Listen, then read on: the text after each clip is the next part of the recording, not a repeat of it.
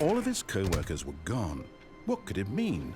Stanley decided to go to the meeting room. Perhaps he had simply missed a memo.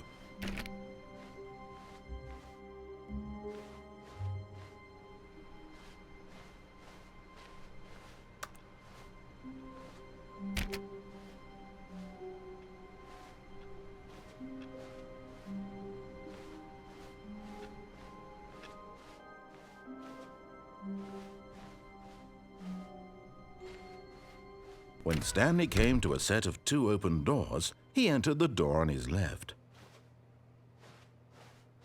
This was not the correct way to the meeting room, and Stanley knew it perfectly well.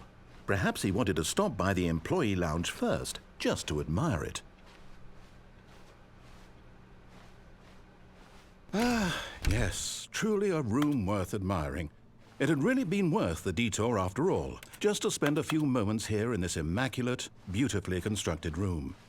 But eager to get back to business, Stanley took the first open door on his left.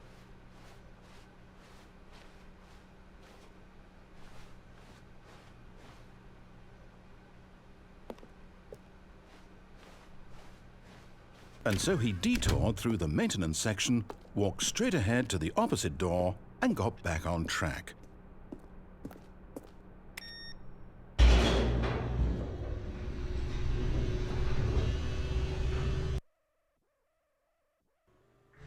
But Stanley didn't want to go back to the office. He wanted to wander about and get even further off track. So now in order to get back, he needed to go, from here it's, left. Oh, no, it's to the right, my mistake. No, not the right. Why would I have ever said it was to the right? What was I thinking? It's clearly... Oh dear, would you hold on for a minute, please? Now, let's see, we went down right, left, down, left, right. Yep, okay, yes. I've got it now. This story is absolutely, definitely this way.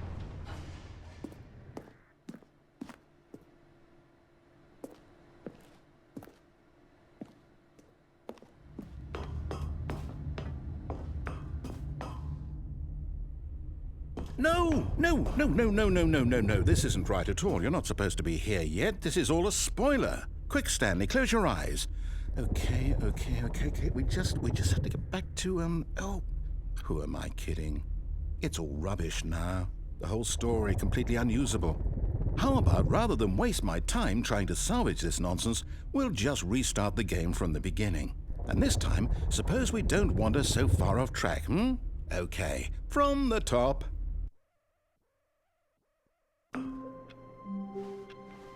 All of his co-workers were gone. What could it mean? Stanley decided to go to the meeting room. Perhaps he had simply missed a memo.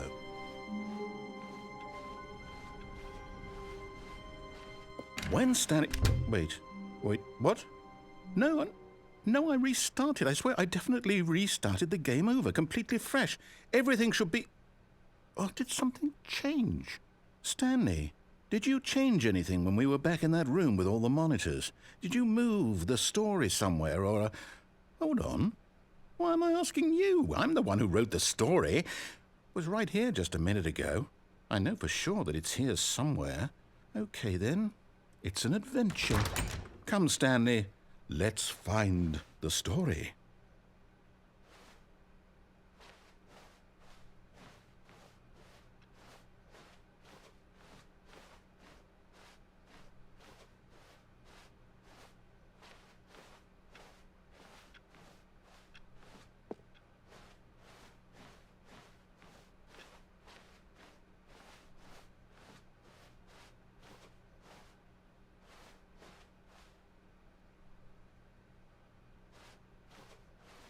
I'll say it. This is the worst adventure I've ever been on. I can promise you there definitely was a story here before. Do we need to restart the game again? Well, I find it unlikely that we'll ever progress by starting over and over again, but it's got to be better than this. Okay, let's give it a shot. Why not?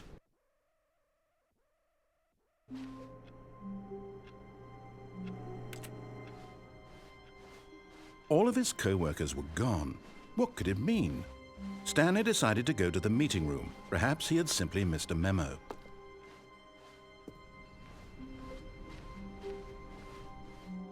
Okay, yep, it's worse. I might be remembering this wrong. It's possible the story is back where we just came from. Why don't we go back the other direction and see if we missed anything?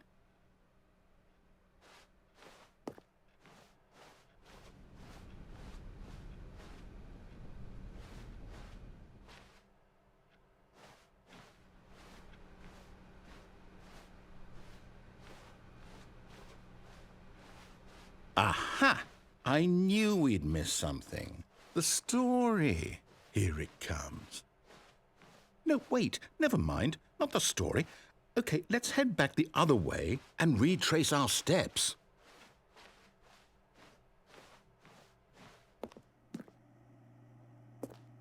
Now this... Well, I'll be honest, I don't recognize this place at all. Is this the story? I don't think so.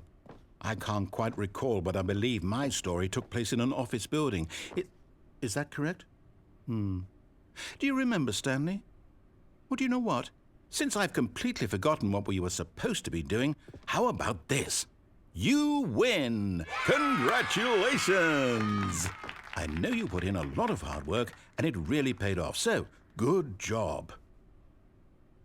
Oh, no. No, I don't feel right about this at all. We both know you didn't put in any actual work for that win.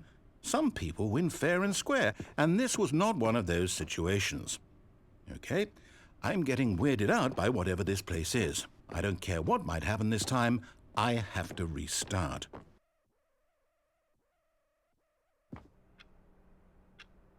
All right, I've got a solution. This time, to make sure we don't get lost, I've employed the help of the Stanley Parable Adventure Line.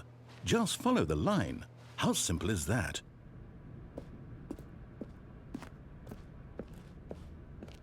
You see? The line knows where the story is. It's over in this direction. Onward, Stanley, to destiny. Though, here's a thought. Wouldn't wherever we end up be our destination, even if there's no story there? Or to put it another way, is the story of no destination still a story? Simply by the act of moving forward, are we implying a journey such that a destination is inevitably conjured into being via the very manifestation of the nature of life itself? Whoa. Hang on. That got a bit weird back there. Well, I'd like to apologize. Not sure where I was going with all that. You know what? I think what we need right now is a bit of music to lighten the mood.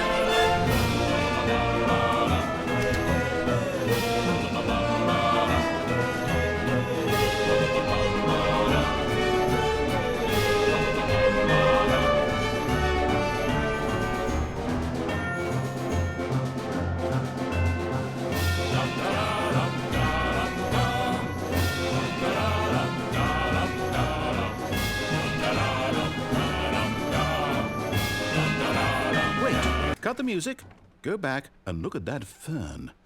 Stanley, this fern will be very important later in the story.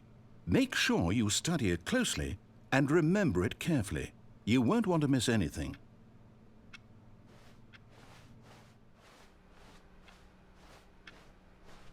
Wait, what? We're back at the office? No. Line, you do know we're looking for the Stanley Parable, right? The story? Is any of this ringing a bell?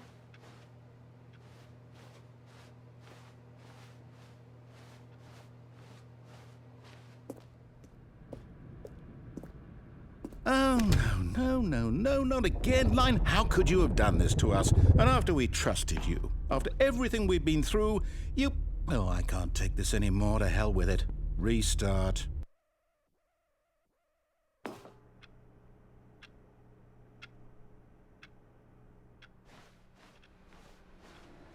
You know what, Stanley?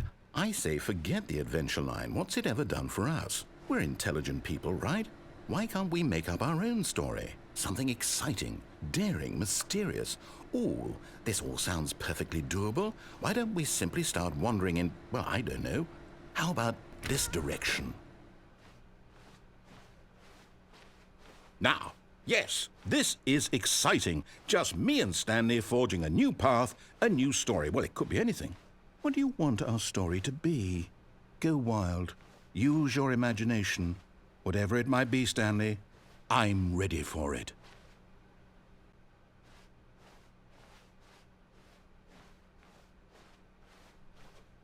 Oh, no, not you again. Stanley, I'd also like to veto the line from having any role in our awesome new story. No lines or monitor rooms. Just don't acknowledge it, and we should be fine.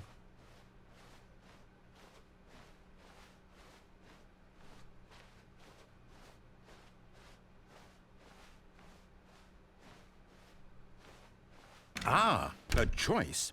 We get to make a decision. From here, the story is in our control. How important we mustn't squander the opportunity. In fact, I believe I need a minute to think here. Just walk in circles for a minute. Okay, so I know that each door has to lead somewhere, which means that somewhere, the place where we're trying to go, there must be a reverse door that leads here.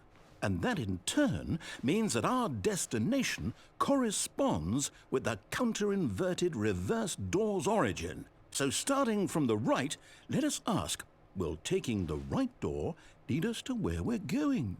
And since the answer is clearly yes, then by all accounts, the door on the right is the correct one. Another victory for logic. Come, Stanley, our destiny awaits.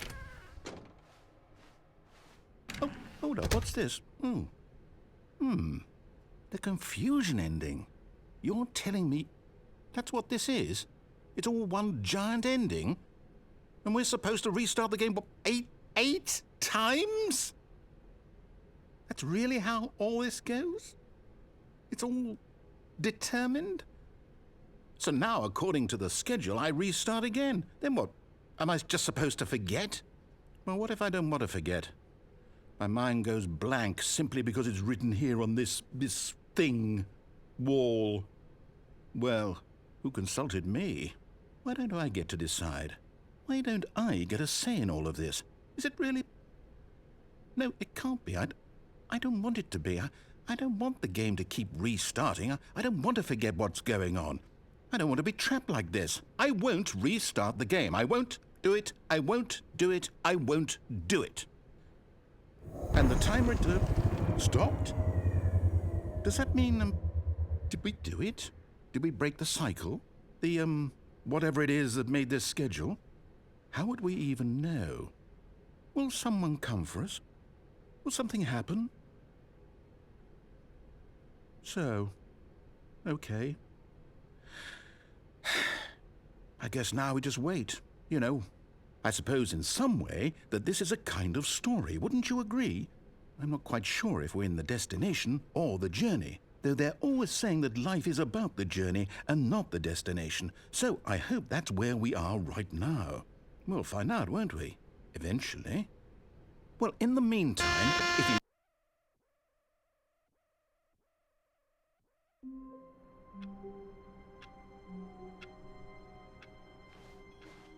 All of his co-workers were gone. What could it mean? Stanley decided to go to the meeting room. Perhaps he had simply missed a memo.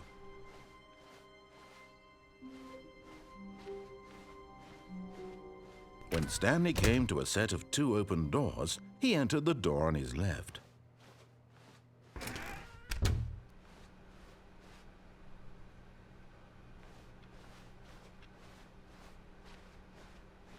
Yet there was not a single person here either.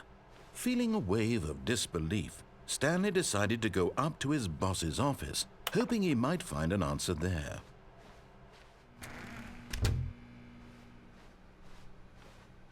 Coming to a staircase, Stanley walked upstairs to his boss's office.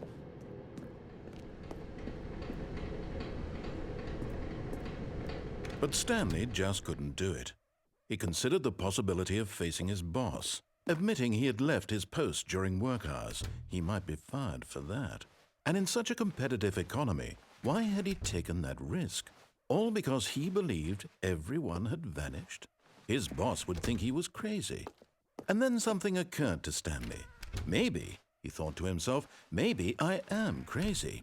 All of my co-workers blinking mysteriously out of existence in a single moment for no reason at all? None of it made any logical sense. And as Stanley pondered this, he began to make other strange observations. For example, why couldn't he see his feet when he looked down? Why did doors close automatically behind him wherever he went? And for that matter, these rooms were starting to look pretty familiar. Were they simply repeating? No, Stanley said to himself, this is all too strange. This can't be real. And at last, he came to the conclusion that had been on the tip of his tongue. He just hadn't found the words for it. "I'm dreaming!" he yelled. "This is all a dream." Oh, what a relief Stanley felt to have finally found an answer, an explanation. His co-workers weren't actually gone. He wasn't going to lose his job. He wasn't crazy after all. And he thought to himself, I suppose I'll wake up soon. I'll have to go back to my boring real-life job pushing buttons. I may as well enjoy this while I'm still lucid. So, he imagined himself flying and began to gently float above the ground. Then he imagined himself soaring through space on a magical starfield, and it too appeared. It was so much fun, and Stanley marveled that he had still not woken up. How was he remaining so lucid? And then perhaps the strangest question of them all entered Stanley's head. One he was amazed he hadn't asked himself sooner. Why is there a voice in my head dictating everything that I'm doing and thinking? Now the voice was describing itself being considered by Stanley, who found it particularly strange. I'm dreaming about a voice describing me, thinking about how it's describing my thoughts, he thought.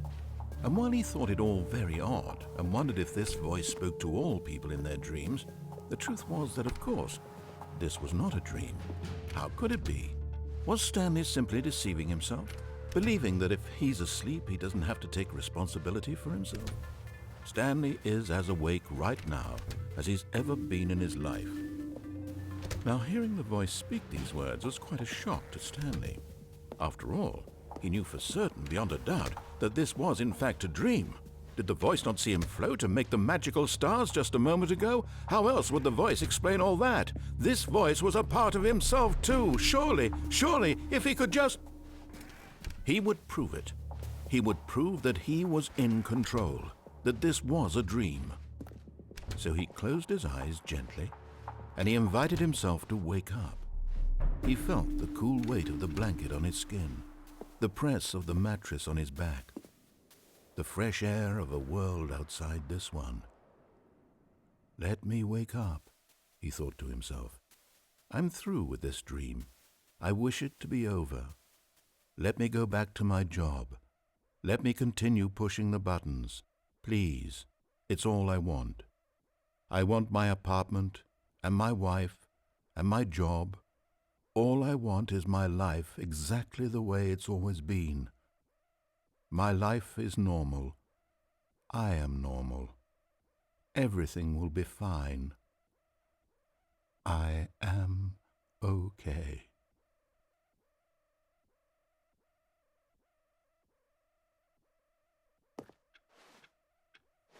Stanley began screaming. Please, someone, wake me up. My name is Stanley. I have a boss. I have an office. I am real. Please, just someone tell me I am real. I must be real. I must be. Can anyone hear my voice? Who am I? Who am I? And everything went black.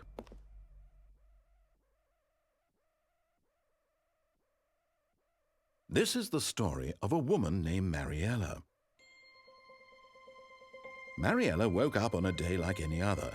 She arose, got dressed, gathered her belongings, and walked to her place of work.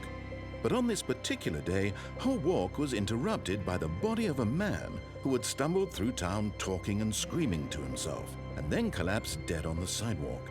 And although she would soon turn to go call for an ambulance, for just a few brief moments she considered the strange man. He was obviously crazy, this much she knew. Everyone knows what crazy people look like. And in that moment, she thought to herself how lucky she was to be normal. I am sane. I am in control of my mind. I know what is real and what isn't. It was comforting to think this, and in a certain way, seeing this man made her feel better.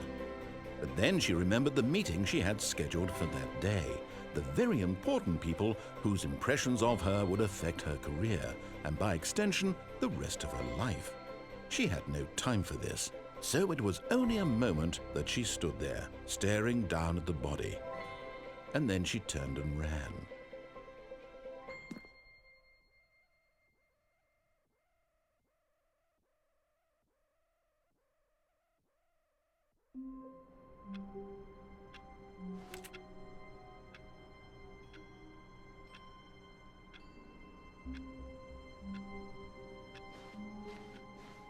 All of his co-workers were gone. What could it mean? Stanley decided to go to the meeting room. Perhaps he had simply missed a memo.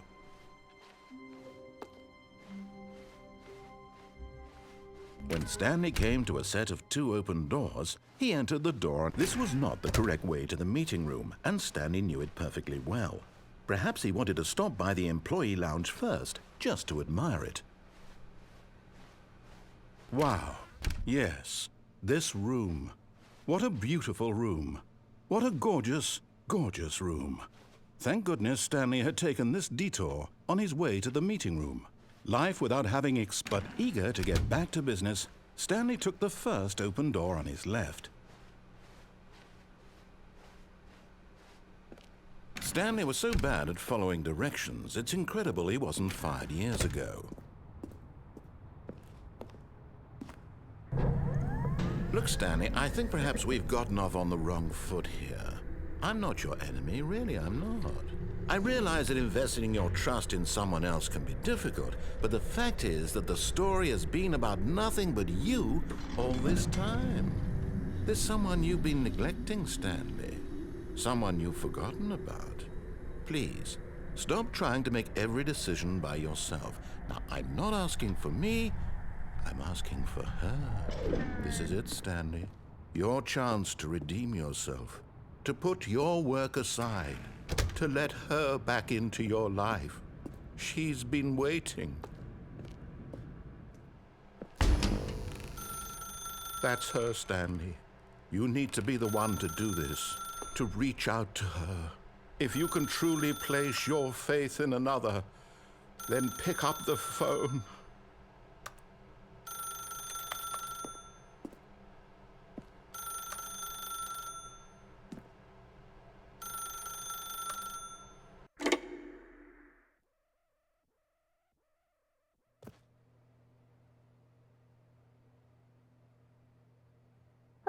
Is that you?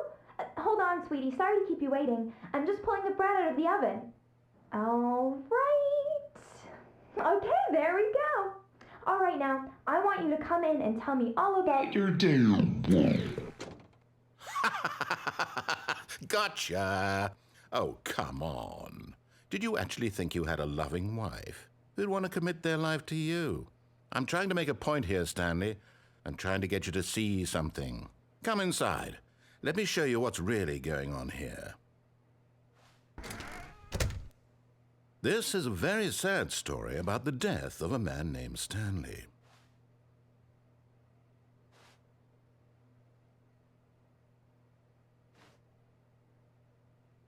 Stanley is quite a boring fellow.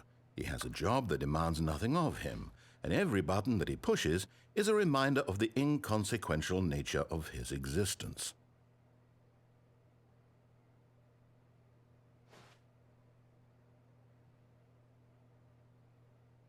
Look at him there, pushing buttons, doing exactly what he's told to do. Now he's pushing a button. Now he's eating lunch. Now he's going home. Now he's coming back to work. One might even feel sorry for him, except that he's chosen this life.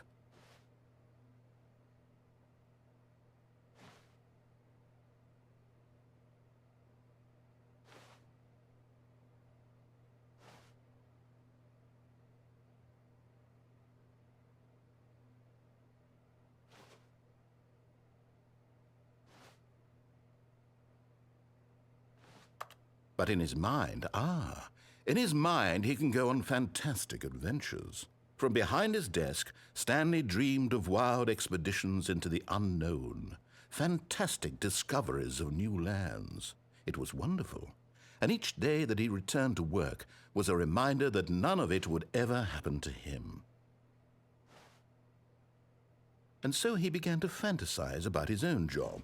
First, he imagined that one day while at work, he stepped up from his desk to realize that all of his co-workers, his boss, everyone in the building had suddenly vanished off the face of the earth. The thought excited him terribly. So he went further. He imagined that he came to 2 open doors and that he could go through either. At last, choice. It barely even mattered what lay behind each door. The mere thought that his decisions would mean something was almost too wonderful to behold. As he wandered through this fantasy world, he began to fill it with many possible paths and destinations. Down one path lay an enormous round room with monitors and mind controls. And down another was a yellow line that weaved in many directions, and down another was a game with a baby. And he called it the Stanley Parable. It was such a wonderful fantasy, and so in his head he relived it again, and then again, and again, over and over, wishing beyond hope that it would never end, that he might always feel this free. Surely there's an answer down some new path, mustn't there be? Perhaps if he played just one more time.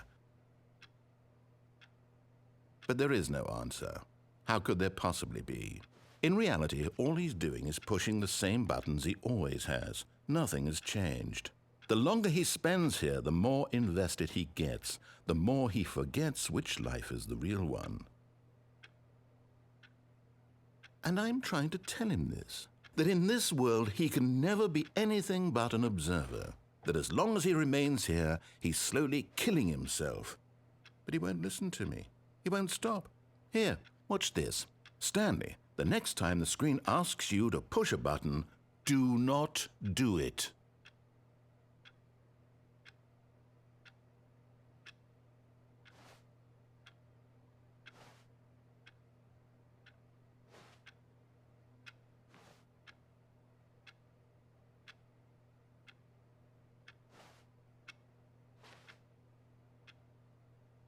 You see? Can he just not hear me? How can I tell him in a way that he'll understand that every second he remains here, he's electing to kill himself? How can I get him to see what I see? How can I make him look at himself?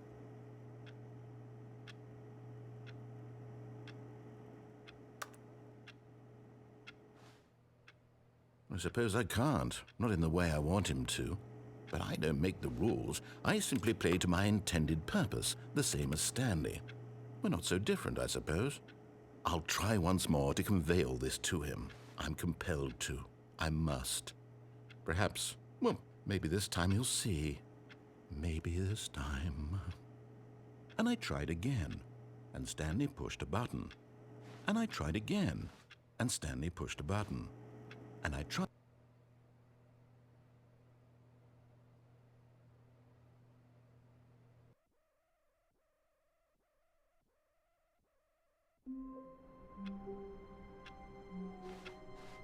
All of his co-workers were gone. What could it mean? Stanley decided to go to the meeting room. Perhaps he had simply missed a memo.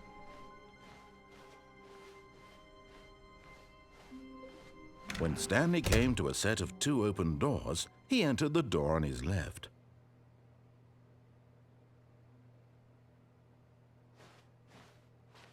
This was not the correct way to the meeting room, and Stanley knew it perfectly well.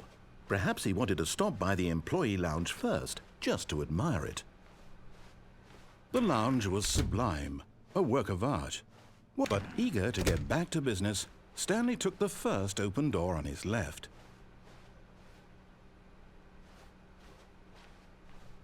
Stanley was so bad at following directions, it's incredible he wasn't fired years ago. Look, Stanley, I think perhaps we've gotten off on the wrong foot here.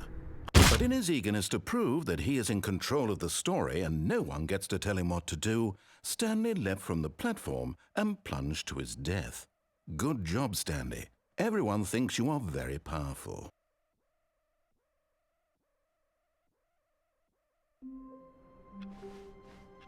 All of his co-workers were gone. What could it mean? Stanley decided to go to the meeting room. Perhaps he had simply missed a memo.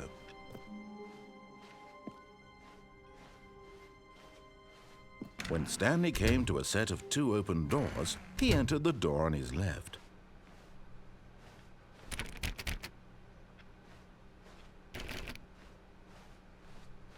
Yet there was not a single person here either. Feeling a wave of disbelief, Stanley decided to go up to his boss's office, hoping he might find an answer there. Coming to a staircase, Stanley walked upstairs to his boss's office.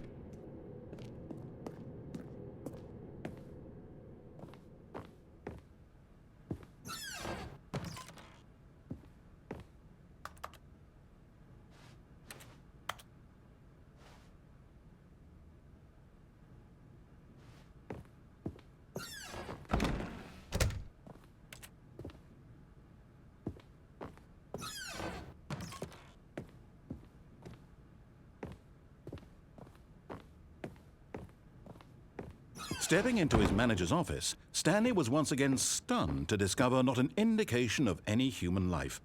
Shocked, unraveled, Stanley wondered in disbelief who orchestrated this. What dark secret was being held from him? What he could not have known was that the keypad behind the boss's desk guarded the terrible truth that his boss had been keeping from him. And so the boss had assigned it an extra secret PIN number. 2845. But of course, Stanley couldn't possibly have known this. Yet incredibly, by simply pushing random buttons on the keypad, Stanley happened to input the correct code by sheer luck. Amazing. He stepped into the newly opened passageway.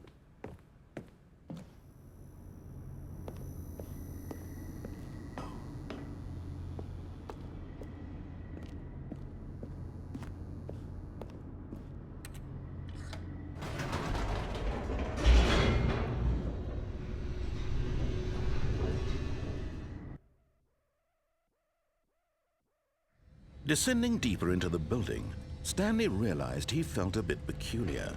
It was a stirring of emotion in his chest, as though he felt more free to think for himself, to question the nature of his job. Why did he feel this now, when for years it had never occurred to him? This question would not go unanswered for long. Stanley walked straight ahead through the large door that read Mind Control Facility. Although this passageway had the word Escape written on it, the truth was that at the end of this hall, Stanley would meet his violent death. The door behind him was not shut. Stanley still had every opportunity to turn around and get back on track. At this point, Stanley was making a conscious, concerted effort to walk forward and willingly confront his death.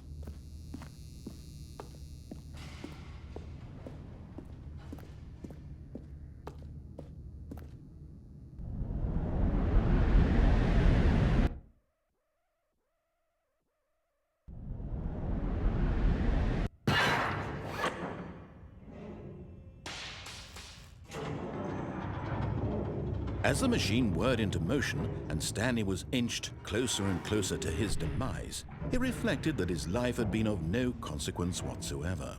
Stanley can't see the bigger picture. He doesn't know the real story, trapped forever in his narrow vision of what this world is. Perhaps his death was of no great loss, like plucking the eyeballs from a blind man. And so he resigned and willingly accepted this violent end to his brief and shallow life. Farewell, Stanley.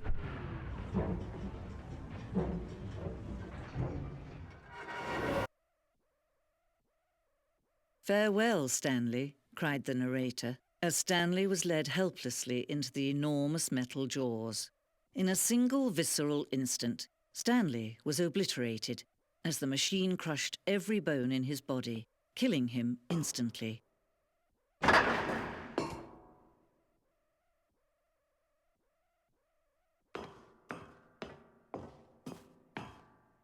And yet it would be just a few minutes before Stanley would restart the game, back in his office, as alive as ever. What exactly did the narrator think he was going to accomplish? When every path you can walk has been created for you long in advance, death becomes meaningless, making life the same. Do you see now?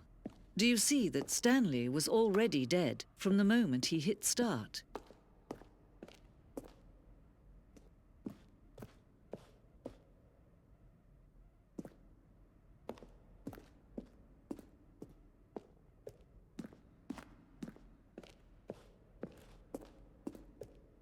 I'm just going to make this easy on you.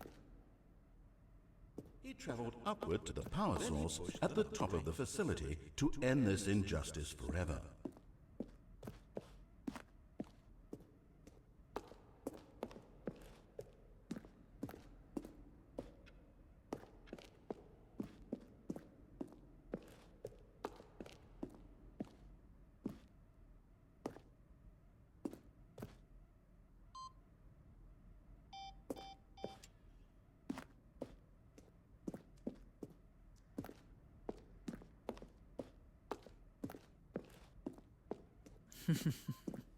Oh, look at these two. How they wish to destroy one another. How they wish to control one another. How they both wish to be free. Can you see? Can you see how much they need one another? No, perhaps not. Sometimes these things cannot be seen.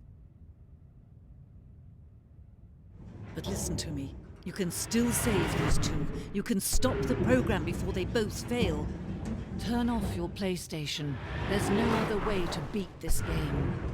As long as you move forward, you'll be walking someone else's path. Stop now and it'll be your only true choice. Whatever you do, choose it. Don't let time choose for you. Don't let...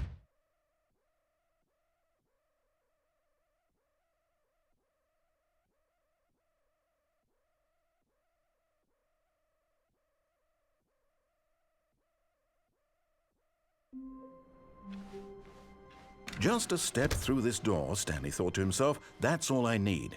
If I can make it through this door, I can make it through them all.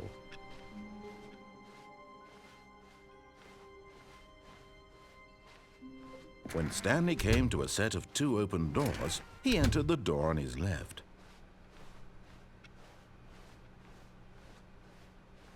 Yet there was not a single person here either. Feeling a wave of disbelief, Stanley decided to go up to his boss. Coming to a staircase, Stanley walked upstairs to his boss's office.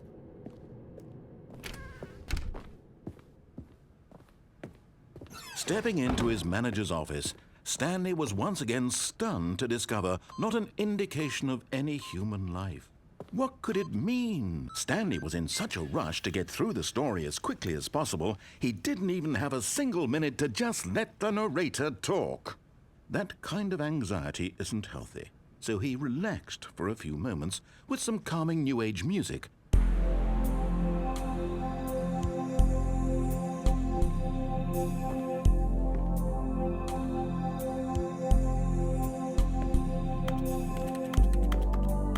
Feeling soothed and rejuvenated, Stanley calmly walked forward into the opened passageway.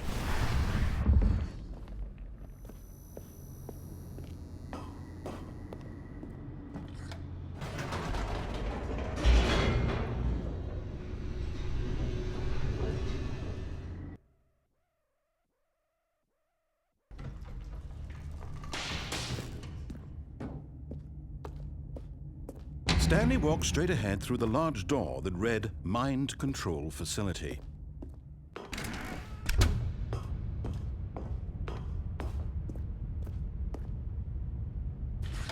The lights rose on an enormous room packed with television screens. What horrible secret did this place hold? Stanley thought to himself. Did he have the strength to find out?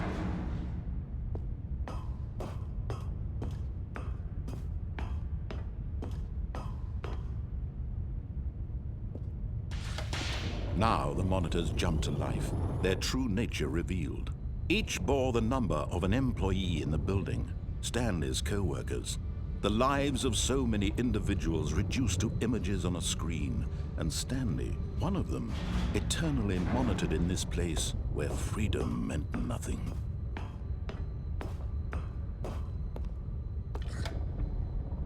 This mind control facility, it was too horrible to believe. It couldn't be true. Had Stanley really been under someone's control all this time? Was this the only reason he was happy with his boring job? That his emotions had been manipulated to accept it blindly? No, he refused to believe it. He couldn't accept it. His own life in someone else's control? Never! It was unthinkable, wasn't it? Was it even possible? Had he truly spent his entire life utterly blind to the world? But here was the proof, the heart of the operation. Controls labeled with emotions, happy or sad or content. Walking, eating, working, all of it monitored and commanded from this very place.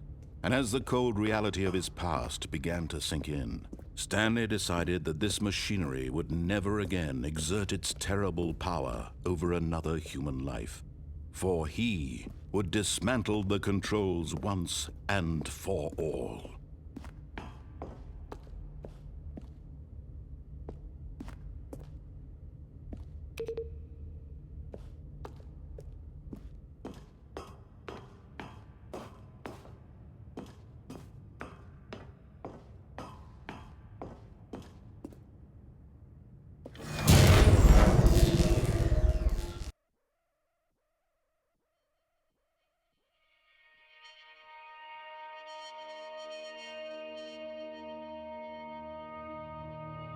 Blackness, and a rising chill of uncertainty.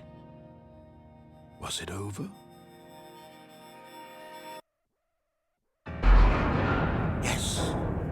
He had won! He had defeated the machine, unshackled himself from someone else's command. Freedom was mere moments away. And yet, even as the immense door slowly opened, Stanley reflected on how many puzzles still lay unsolved. Where had his co-workers gone? How had he been freed from the machine's grasp? What other mysteries did this strange building hold? But as sunlight streamed into the chamber, he realized none of this mattered to him, for it was not knowledge or even power that he had been seeking, but happiness.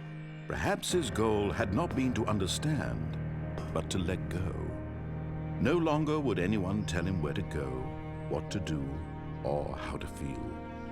Whatever life he lives, it will be his. And that was all he needed to know. It was perhaps the only thing worth knowing. Stanley stepped through the open door. Stanley felt the cool breeze upon his skin, the feeling of liberation, the immense possibility of the new path before him. This was exactly the way, right now, that things were meant to happen. And Stanley was happy.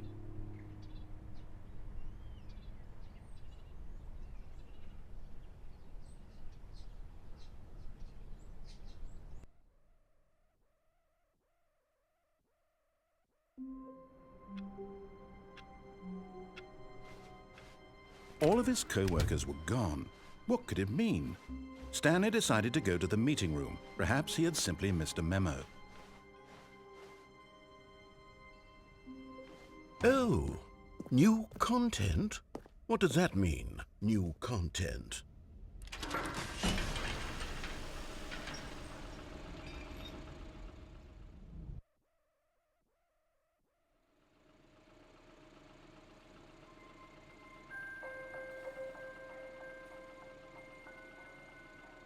Hello, and thank you for playing the Stanley Parable Ultra Deluxe. As you may know, the Stanley Parable was a video game released in 2013 on home computers. After receiving critical and commercial success, it was expanded upon in 2022 with the Stanley Parable Ultra Deluxe, a reimagining of the game for consoles and home computers. The Stanley Parable Ultra Deluxe features exciting new content that broadens and expands the world of the Stanley Parable, delighting audiences the world over. Please, step inside and see what thrilling new adventures await in the Stanley Parable Ultra Deluxe. Oh, well, this sounds delightful. I'm very excited to see the thrilling new Ultra Deluxe content. Okay, so far it's an elevator. Nothing special yet, but I'm sure it's just the beginning of a mesmerizing adventure.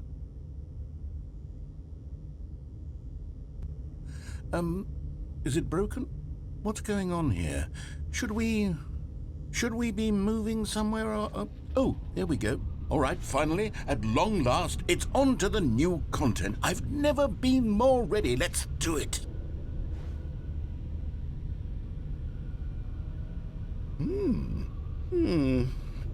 I have to say, initial impressions of Stanley Parable Ultra Deluxe, mostly tedious. It's as if Oh, okay. Let's see the content. Give me the content, Stanley.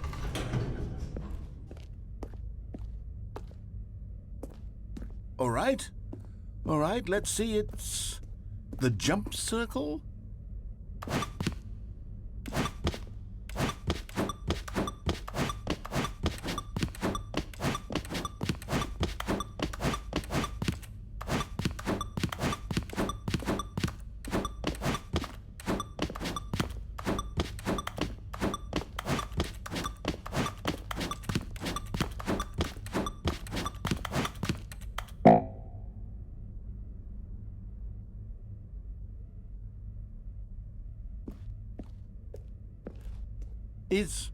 Is that it?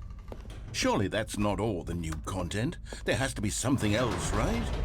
Goodness, another elevator. Stanley, I have to say, initial impressions of this game are not positive. It's just elevators and jumping. Is this what passes for exciting new content? If this is new content, then I could just read you the whole dictionary. There's 20 hours of new content right there. Hell, I could count to 30 trillion. You could put that on the box. The Stanley Parable Ultra Deluxe, now with over 1,000 hours of new content. And oh, wait. There's more. Very good. Yes. I knew there had to be something else. Let's see it. I'm ready for whatever it is. That's it? Oh, you've got to be kidding me. You see, Stanley? This is what happens when greedy video game developers with no respect for their fan base rush a cheap expansion to market for no reason other than to make an easy dollar. And don't get me started on the level of craftsmanship that's gone into it. In fact, I'm looking right now at the game's trophies, and it's hard to believe one of them actually says, "Test trophy, please ignore." What quality assurance department signed off on this? I'm infuriated and I'm offended, and I intend to find these people on Twitter and hold them personally accountable. It's my fault, Stanley. I built up too much anticipation around the new content, I'm afraid. It could never have lived up to such expectations. If you're still with me, why don't we just reset the game and we'll try to get back to what the Stanley Parable is really about. No frills, no gimmicks. Just you and me having a great time together like always. What do you say, friend?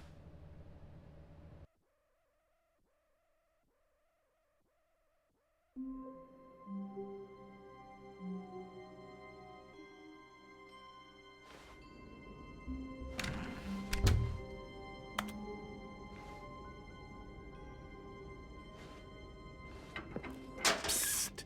Stanley! Come over here! in the vent.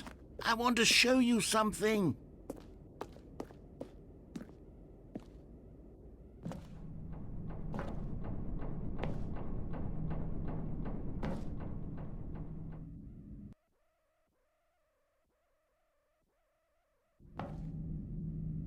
Okay, you remember how cheap and unsatisfying the new Ultra Deluxe content turned out to be? Well, it got me thinking about the past, and how much better the Stanley Parable used to be.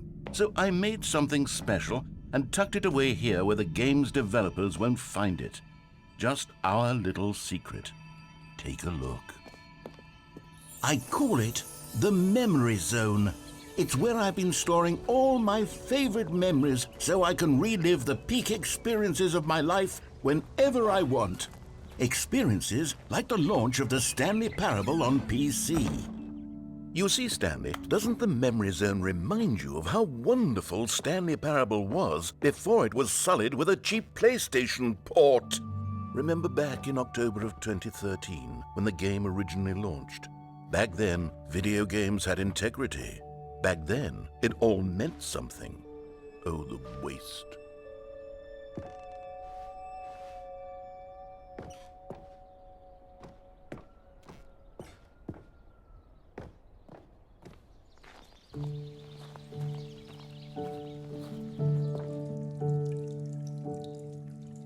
And over here is where I keep reviews of the Stanley Parable. Like this stunning triumph of games journalism, 10 out of 10 from Destructoid.com. James Stephanie Sterling writes, and I quote, "Where so many games that aspire to be more than games end up less than any form of art, Stanley Parable strives and then succeeds to be every game ever created." Did you hear that, Stanley? Every game ever created. That's how grand and all-encompassing the original Stanley Parable was. It was literally every game ever created. It was Skyrim, it was Persona 3, it was all of them, and now it's nothing. It's no games at all. It isn't even the Stanley Parable anymore. It's just a husk now, a lifeless husk with an hour of new elevator content.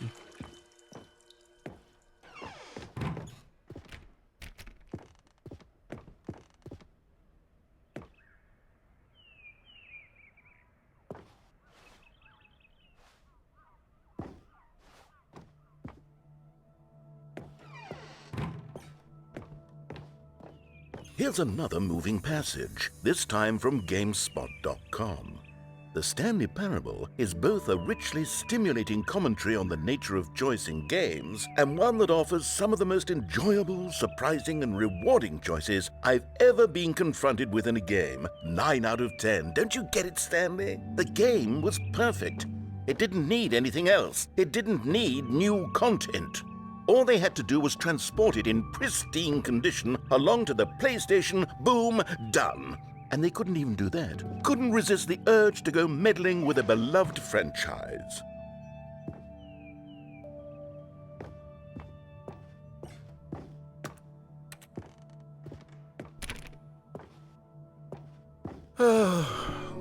These were simpler times, Stanley.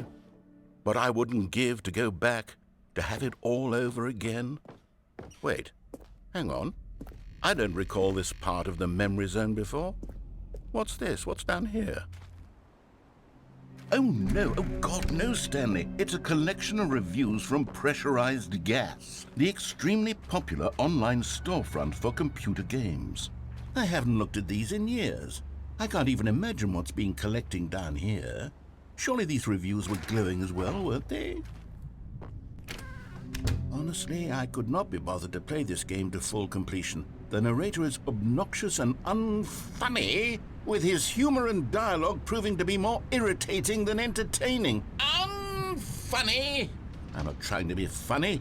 I'm trying to make a serious work of art.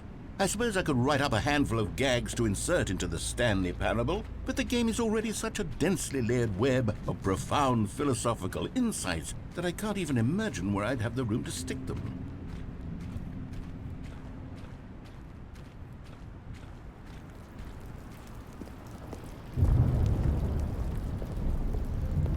Okay, let's see what this one says. While the idea for the game is good, for someone who prefers non-linear games, this preachiness gets annoying fast. Preachy? Stanley? I'm not preachy, am I? You can tell me if I'm preachy. Honestly, you can. Oh, goodness. This is actually quite shocking for me. Well, to be honest, I had always thought of the game's dialogue as being rather terse to begin with. You can't know how much fluff I cut from the game to get it to feel as light and airy as it... Well, I always thought it did. But maybe it wasn't. Oh dear. What an awful memory to have to hold on to. These black marks on my otherwise unimpeachable track record. I feel like a failure. Like I let these people down. Perhaps the Stanley parable isn't quite as sterling as I always remembered. What's this one got to say? You constantly have to stop doing anything so the narrator can catch up with his long-winded explanations of what's happening. I wish there was a skip button. A skip button? Well, yes. Yes, I think we can do that. If I'm truly too preachy, then maybe letting you skip ahead for just a moment, surely it couldn't hurt. Not if it means we can strike these negative reviews from the record. Only positive reviews of the Stanley parable. That's my motto today, and it's always been my motto. I'd do anything for the customer, Stanley. Yes, a skip button we shall have.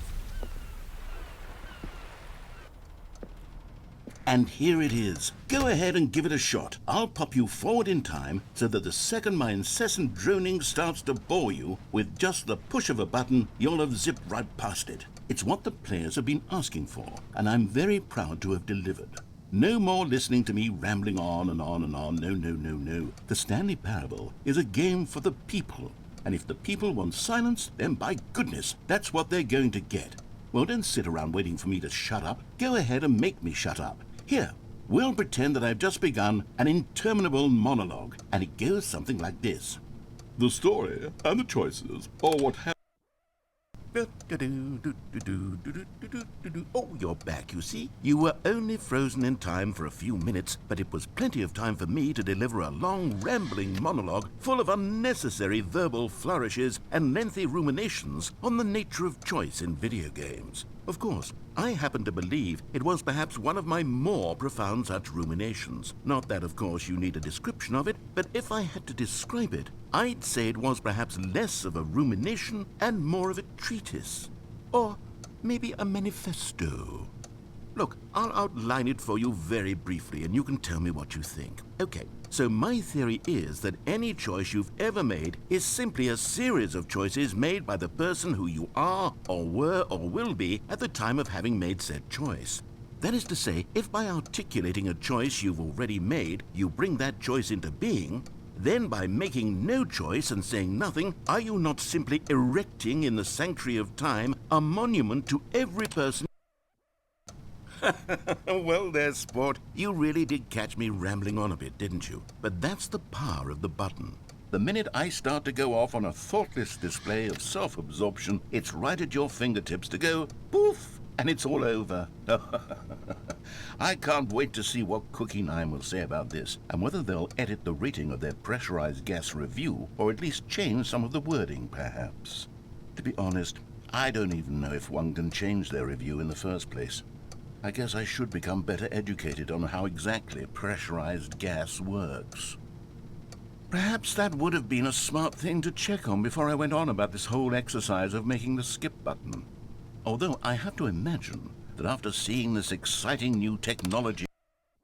Okay, welcome back, Stanley. Now, I should say that the amount of time the button has been skipping through is becoming longer and longer. That last one was, well, I want to say maybe 30, 45 minutes?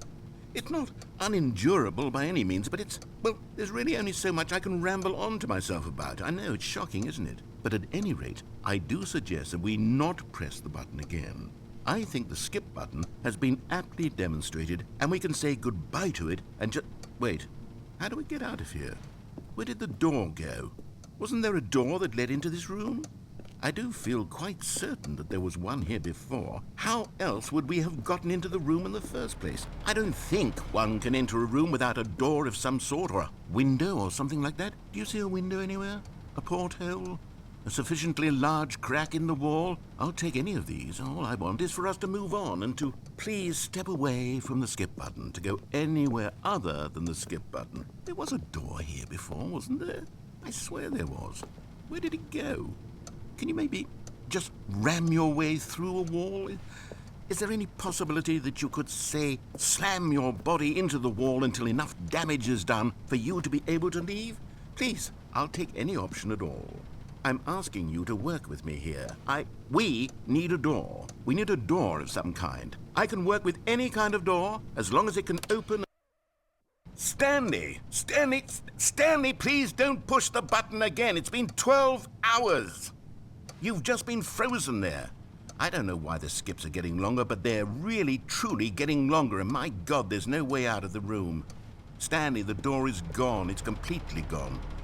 I've looked at it from every angle. I've checked every one of those walls 1,000 times, and there's no door, Stanley. There's no door. There's just you and the button, and if you keep pressing it, I have no idea what will happen. I have no idea how long I'll be made to sit here, and more than anything else, I don't know how to stop you from pressing the button again.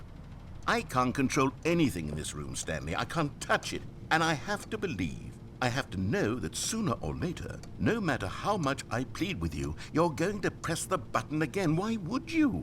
I've been thinking and thinking, and I don't know what I can do to convince you otherwise. Oh, my God. And it's all because of those... Oh, Stanley, you're back. You're back. Oh, my goodness. I have someone to talk to again. Stanley, I think it's been a week. Or 2 weeks. I've been sitting here all that time. Just sitting here. Not a single person to speak with. And you'd think that that's just how it's always been, right? Me talking and you saying nothing. Would you think that it's exactly the same as always? Doesn't that feel like what we've already been doing? Me just talking? But it isn't, Stanley. It isn't the same at all. It isn't even close. Because I know you can't hear me once you push that button. That's what I'm realizing now, Stanley. I'm realizing that I needed to know that someone was listening. I needed there to be a vessel through which my words were moving. It was the vessel I needed, Stanley. Not the outcomes, not the story. None of that. Oh, hello. It's you. You're here again. Welcome.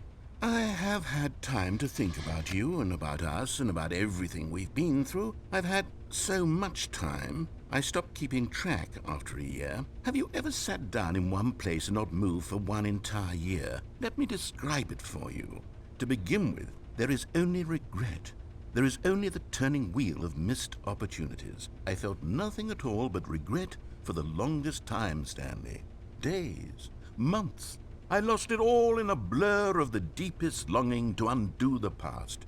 And when that feeling had begun to subside, what took its place is what I can only describe as the collapse of every moment I have ever experienced my entire life. All of them collapsed down into a single instant. In that instant, I could see myself clearly, calmly, with a collected heart. It was an impossibly rich wellspring of both delight and disgust simultaneously. I was consumed by it. I could do nothing but wallow in it for what felt like an eternity, for what I now know was far less. You see, it was a revelation for me. It was unlike anything I had ever known. It was a space without consequence, without action or outcome. It was divorced entirely from the question of free will that you and I have squabbled over for so long. There could be no one ending, no singular outcome of events, not if all events existed in the same moment, and I felt freed. I felt unburdened by the need to manifest a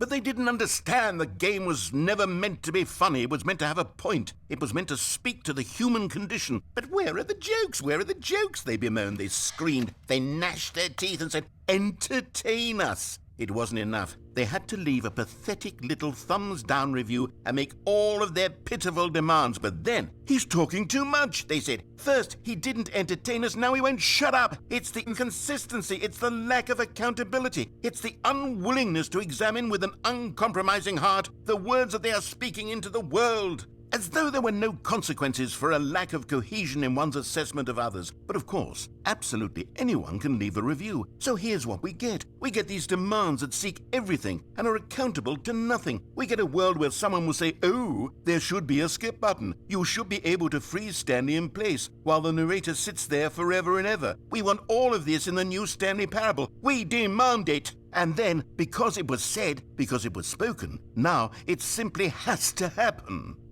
The most immediate desires, every single thing demanded by every person at every moment in time. If someone wants it, then it's a crime not to bring it into being.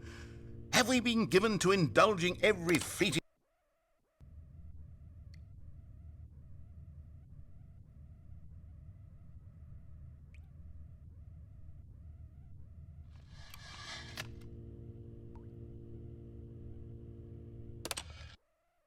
The end is never the end, is never the end, is never the end, is never the end, is never the end, is never the end, is never the end, is never the end, is never the end, is never the end, is never the end, is never the end.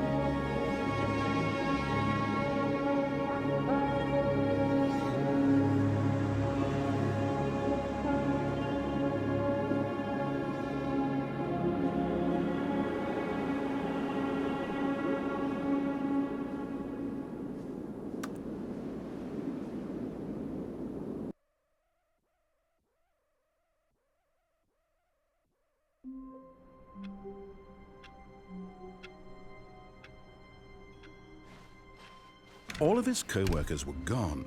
What could it mean? Stanley decided to go to the meeting room. Perhaps he had simply missed a memo.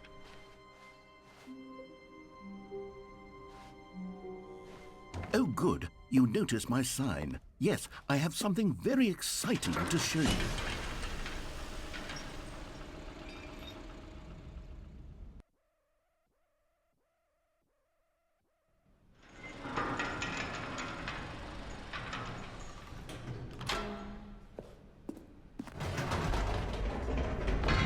You see, Stanley, I've been reflecting on the Stanley parable, and about how roundly disappointing this Ultra Deluxe version has turned out to be. The original Stanley Parable was a landmark, and any new content for it should live up to that legacy. So forget this Ultra Deluxe nonsense. I say we take it one step even further. Which is why I'm very proud to announce for the first time ever, the Stanley Parable 2.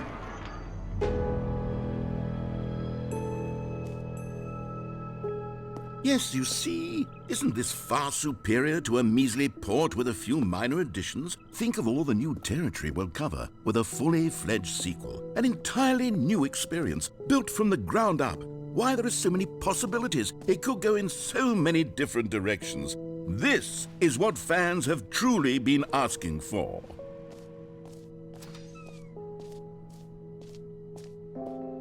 Calling it the Stanley Parable 2 is just so much catchier than Ultra Deluxe, don't you think? Ultra Deluxe? What does it even mean? But the Stanley Parable 2, now that's an artistic statement right there. It's future-oriented. It screams progress and innovation and long-term franchising potential. Now, to be clear, I haven't quite nailed down what exactly the Stanley Parable 2 is going to be, but let's take a look at some of the features I've been developing for it. I figure that if I can loosely organize a handful of interesting concepts, that surely the game will sort of naturally spring up around them. It'll all work itself out. Game development is much more of a fuzzy magic than anything scientific or logical, really. Here we are. Go on, try out some of the new features.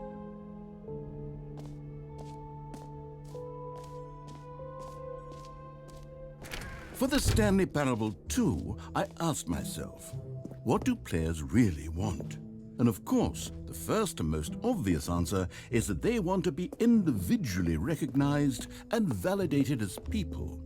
So with that in mind, my first addition to the game is this button which speaks the name of the person playing the game. Isn't that wonderful? Jim. Sorry, I should have clarified. Right now, the button only says the name Jim. But of course, in the final game, this button will say your name, whatever name that is. Here, let's have you role-play as Jim to really simulate the full experience of this feature. Just play along. I promise you'll love it. Okay, here we go. Let's take a deep breath, clear your mind, forget whoever you are, and simply become a person named Jim.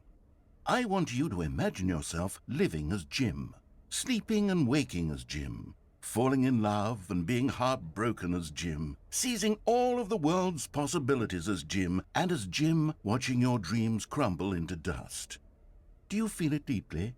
Are you really, truly Jim right now? If so, then please step forward and press the button. Jim. Yes! You see? What a thrill! What a rush! That was you! The button described you. Do it again. Do it again.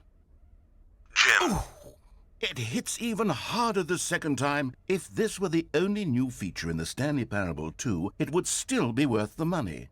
Let's take a break from the Jim button. I'm too emotionally drained from all of this personal validation.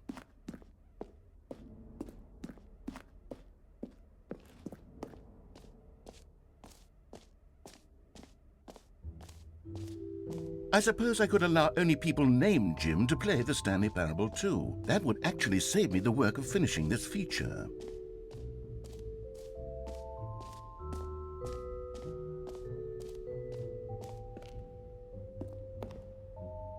A common complaint of the Stanley Parable was that it was confusing and paradoxical, that it engendered a chaotic sense of reckless despair in those who played it. Well, I'm happy to say that after much consideration, I've engineered a clever solution to this fundamental problem with the game. It's the Stanley Parable Reassurance Bucket. You see, Stanley, anytime you're holding the bucket, a sense of calm and ease will fill your mind and your heart. It's true. As long as you hold on to the bucket, the many disorienting contradictions of the Stanley Parable will feel perfectly normal and perhaps even comforting. You may even come to long for the gentle embrace of jarring cognitive dissonance while the bucket is in your arms. And to be honest, It's a much more convenient solution for me than actually redesigning the game to be less uncomfortable. Can you imagine what a pain in the ass that would be? Yes, the bucket is the perfect solution. Come on, give it a try. Can you feel it? The glow of comfort, even in the face of crushing despair, must already be sweeping through your body. And in fact, can I say that I do believe the bucket lends you an air of charisma as well? I think that just holding it has made you the slightest bit more attractive as a person. The benefits of the bucket seem to go on, don't they? All this and more await you in the Stanley Parable 2.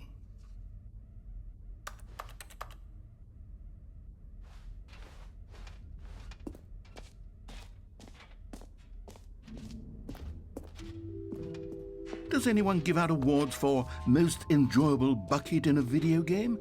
That really should be an award if it isn't already.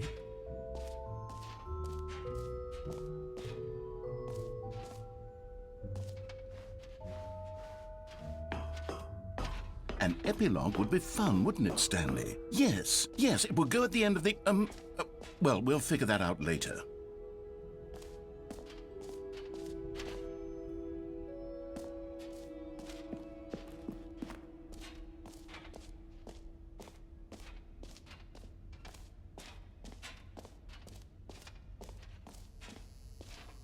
Now, here's something special. You remember that broken test trophy that got left in the game on accident? Well, I'm developing a technology to simply give you the trophy. Yes, you see, you'll come to this lever, and when you put... Okay, perhaps I should have clarified. This is technology that will exist.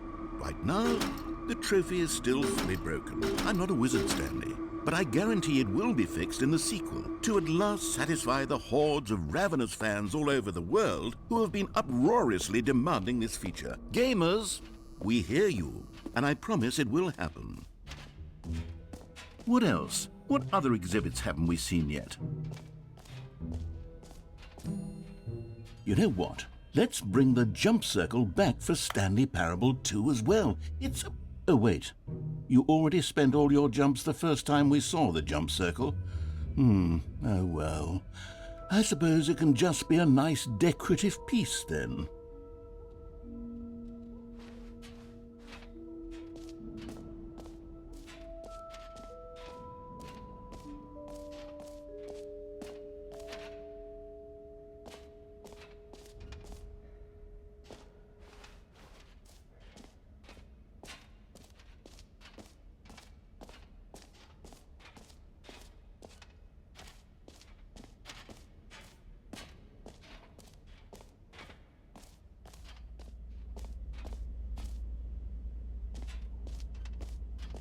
Stanley, here's an idea that I'm truly fond of. It's never been done before in a video game. This is, in fact, a hole that you can fall down forever. That's right. Infinite falling. You can fall until the end of time, if you like. A stunning leap forward for video games as a medium. You see, isn't it wonderful? One of my more ingenious concoctions, if I do say so. Now then, since you've gotten to see the infinite hole, you can press the teleport button to pop back up to the top, and we can continue onward. Great! Now, I'm very excited to show you even more of my ideas for the sequel.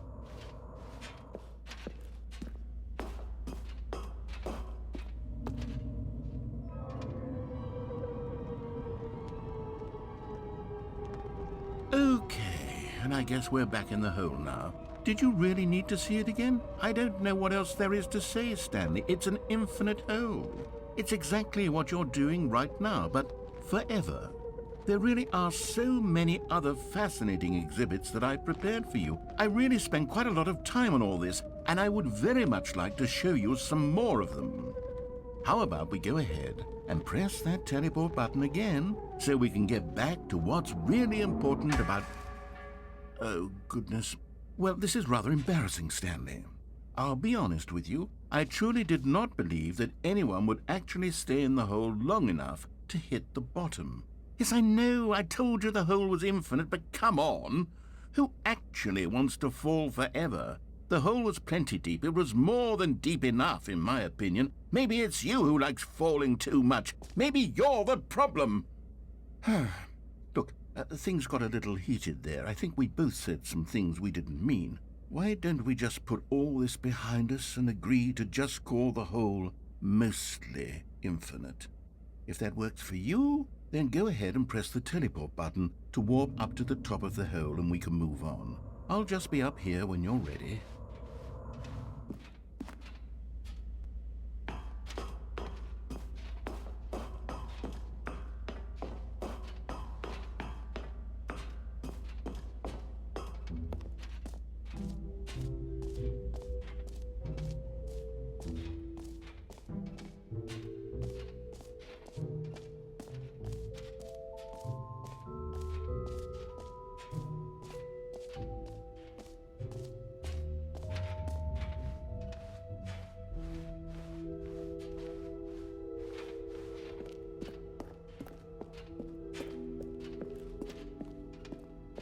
Oh, goodness, Stanley, this is fairly awkward. I hate to do this, but before you leave, you really should go to the collectibles exhibit. You see, there is a surprise I was going to spring on you later, and it involves the collectibles. And I really do hate to break the illusion, but it's important that you go see the collectibles, okay?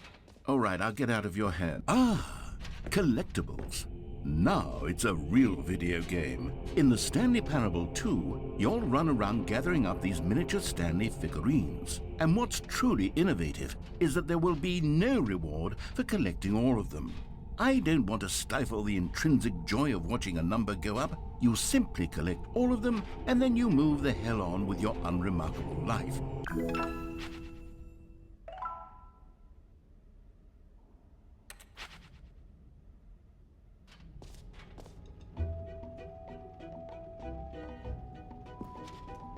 God, it really is the worst when you collect everything in a video game and then they give you a big fancy reward for it. Absolutely tragic.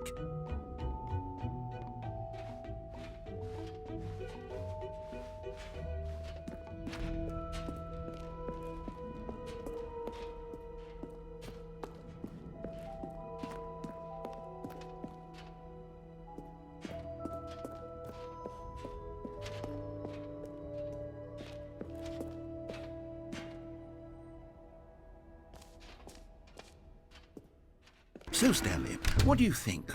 Do you like all of the new features? Yes, I know it's not exactly clear yet how exactly these features will come together as one single coherent video game, but I can feel it in my soul. It's going to work. There's definitely a good game in there somewhere. Say, let's do an experiment. I'll arrange these new features together, and we'll see whether or not it coheres into a meaningful gameplay experience. Okay, are you ready? Here it is. I give you the Stanley Parable 2.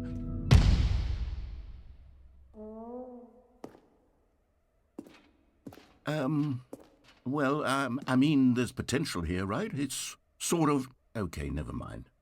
Hold on, let me do a different arrangement. Okay, yes, this is much better. I feel good about this. Here we go. Version 2. Who am I kidding, Stanley? This isn't a coherent video game at all. It's a lot of gags. And I do very much enjoy creating gags, but they don't add up to anything. I wanted more than anything to create a sequel that would capture all the magic of the first game. I wanted fans to love it. No matter how good these gags are, they won't stand on their own. They would need the structure and the gameplay of the original. Wait, maybe that's it. I can take the original Stanley Parable and simply, well, insert a few of my new features into it. Tastefully, of course. With respect. With care for the vision and integrity of the original game. Would it possibly work? I suppose it could. But it would need a really, really tremendous title screen. A title screen that says with bold and uncompromising conviction, "This is the Stanley Parable 2. Let me see if I can whip something up. All right, perfect. Go ahead. Take a look.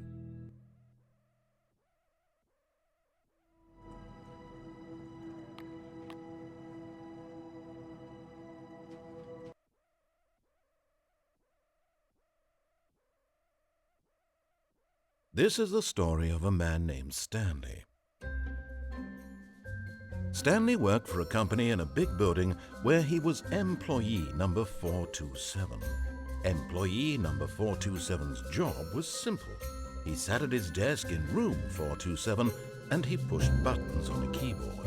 Orders came to him through a monitor on his desk, telling him what buttons to push, how long to push them, and in what order. This is what employee 427 did every day of every month of every year.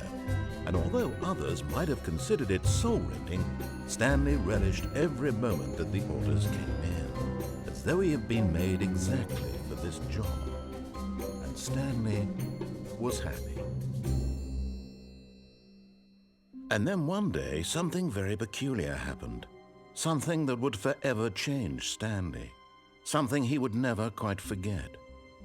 He had been at his desk for nearly an hour when he realized that not one single order had arrived on the monitor for him to follow. No one had showed up to give him instructions, call a meeting, or even say hi. Never in all his years at the company had this happened, this complete isolation. Something was very clearly wrong. Shocked, frozen solid, Stanley found himself unable to move for the longest time. But as he came to his wits and regained his senses, he got up from his desk and stepped out of his office. All of his co-workers were gone. What could it mean? Stanley decided to go to the meeting room. Perhaps he had simply missed a memo. Stanley felt the bucket calling to him, begging him to pick it up. Why was he not doing it? Stanley picked up the bucket.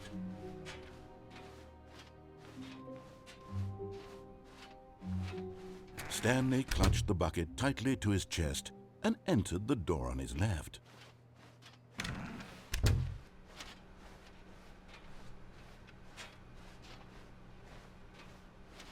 Still no one was here. Stanley needed the bucket's warmth and comfort now more than ever. Perhaps his boss's office was where he'd find answers. Coming to a staircase, Stanley and the bucket walked upstairs to the boss's office.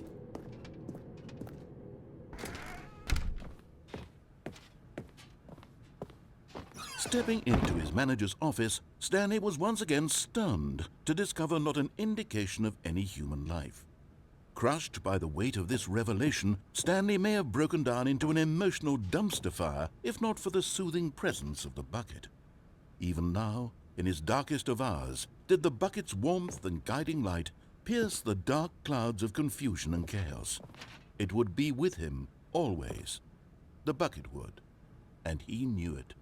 The two of them were inseparable. At this point, Stanley was so absorbed in the tender spiritual connection he shared with the bucket that he didn't notice the keypad behind the boss's desk. Nor in his bliss of simply being near the bucket did he have any notion that the PIN number for the keypad was 2845. But Stanley guessed the correct code by sheer luck. Was it that the bucket knew all along? Was the bucket guiding him? Yes, this is certainly the most logical explanation. You found one of them. One of the miniature Stanley figurines. Remember, no reward for collecting all of these, only the intrinsic pleasure of a job well done. You can't buy that sort of happiness, Stanley. God knows I've tried. So, I implore you to savor each and every moment you come across one of these beautiful figurines.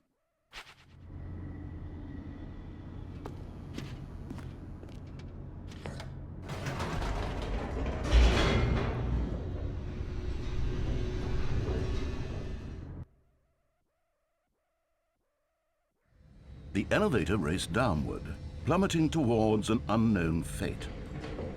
It would be all Stanley could do to keep himself together, if not for the bucket. Soothing him, comforting him, reassuring that in this darkest moment of uncertainty, he would be all right. The bucket is here for you, Stanley. Everything will be fine. Stanley and the bucket walked straight ahead through the large door that read, Mind Control Facility.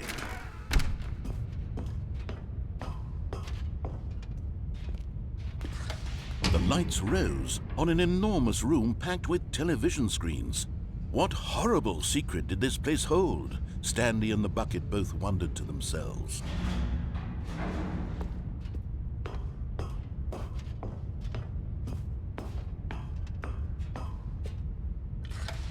The monitors jumped to life, and Stanley nearly dropped the bucket in shock. Everyone in the office was being videotaped, monitored like guinea pigs. The bucket had never seen anything like this, and it very nearly burst into tears as Stanley cradled it gently, reassuring it that everything would be fine.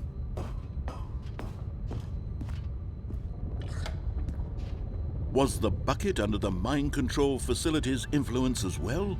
Had the bucket been told to do things it didn't wish to do? What kinds of things does a bucket want to do or not want to do in the first place? These questions raced furiously in Stanley's feeble mind. No! He screamed into the bucket. He couldn't accept it. His own life in someone else's control, never! He squeezed the bucket tighter, his one friend in the entire world. At this point, he could trust no one except for the bucket.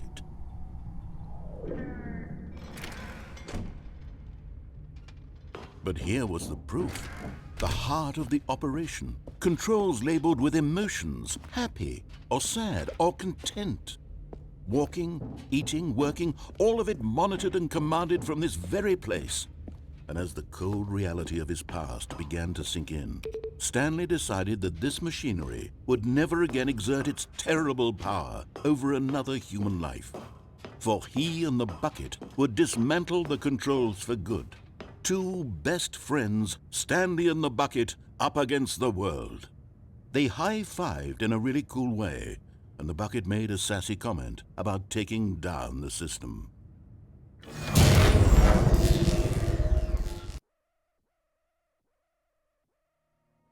Stanley and the bucket waited in blackness. Was it over?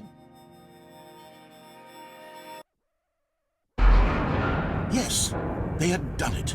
Stanley and the bucket had defeated their greatest and darkest enemy, freed themselves from the tyrannical grip of the evil mind control machine. Freedom was now mere moments away. Excitedly, the two of them began to discuss the kind of life they wanted to live once they stepped through this massive door. The bucket wanted to learn to roller skate. Stanley wanted to sneeze in every country on Earth. Both of them wanted to begin watching a movie, any movie, but then stop it halfway through and begin watching it in reverse from the end. True, it was a simple life they envisioned, but it was one they'd lived together, with one another to lean on, to trust, to support. What? Wait. What was happening? Why had the door stopped? Was Stanley and the bucket not about to be freed? An unbearable silence filled the room, lingering in uncertainty, until finally the truth hit Stanley square in the face. This building did not want the bucket to leave. Even the facility itself recognized the incredible calming presence of the bucket, needed the soothing warmth of the bucket, would go to any lengths not to part with the bucket. No. Stanley can't leave this place, not while he has such a precious bucket in his arms. Not while this building has anything to say about it. Stanley realized he would never again leave this very room. But at least he has the bucket. To be trapped eternally in darkness isn't really so bad, Stanley thought to himself. As long as I have my bucket with me, right? I'll be okay, won't I? Stanley gulped. Very soon now, he was about to find out.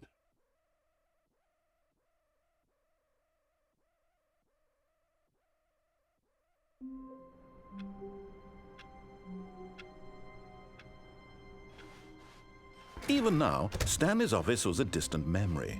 What did it look like? There was a computer, perhaps, and a painting. Was it a painting or a photo? He could no longer recall. Stanley lifted the bucket into his arms, and a wave of comfort rushed over him. Stanley clutched the bucket tightly to his chest and entered. This was not the correct way to the meeting room, but Stanley had felt the bucket calling to him, telling him that the employee lounge was simply the place to be.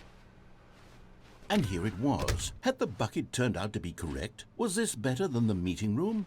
Yes, Stanley thought to himself. Yes, perhaps it truly was. How insightful the bucket turned. No, never mind. The bucket was wrong. Stanley took the door on his left to go back to the meeting room. No, Said the bucket. don't go to the meeting room. Go somewhere else. The cargo lift, yes. Go there. Go to the... Good, Said the bucket. now ride the lift all the way to the top. There's something up there I need you to do. Stanley did not question why or how this bucket was speaking to him. It should have alarmed him, of course, because buckets can't talk. But Stanley chose not to think about this obvious fact. He was firmly convinced that the bucket had spoken to him, and he unthinkingly did whatever the bucket asked.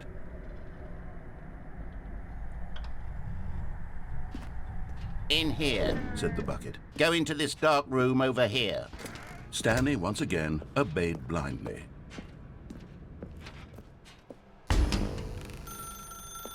Now pick up the phone. Said the bucket.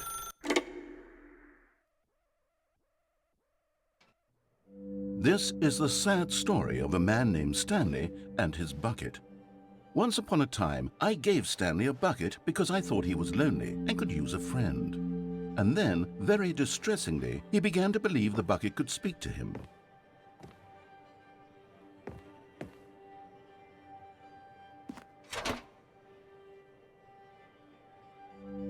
The Stanley Parable Reassurance Bucket was merely meant to provide the comforting glow of companionship.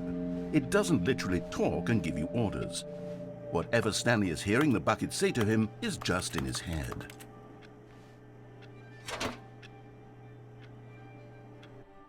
Lately, I've been concerned about him. Wouldn't you be concerned as well? To see him delusional like this, obsessing over an inanimate metal object? I want to say something to him, but I don't know how I can convince him. I don't know if he'll listen to me. Oh, I'll try anyway. Stanley, can you hear me? Listen to me. It's just a bucket. It can't think, it can't talk. All it will ever truly do for you is effectively transfer a liquid from one location to a different location. That's it. It doesn't do anything else.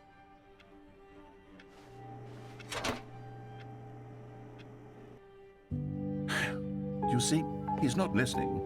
He's still taking orders from the bucket. You know, once upon a time it was me he took orders from, me he trusted and listened to. Now all he cares about is his awful bucket, this stupid hunk of metal. It's sad, but I suppose he doesn't need me anymore. From now on, he's just going to cling to this bucket, this cold, empty bucket, this sort of shiny bucket. Well, I'll give it this. The bucket does have a nice shine to it. Yes, I suppose on closer inspection that it doesn't quite look like your average hardware store bucket. It's just a little more, what am I trying to say? Sturdier, more capable of transporting liquid. Like it would be better at moving an amount of water from one room to another. Oh my God, what am I saying? Better at carrying water from room to room. It's a bucket. It's literally just a bucket. Why do I feel some need to point out the ways in which it's so much more than just a regular bucket?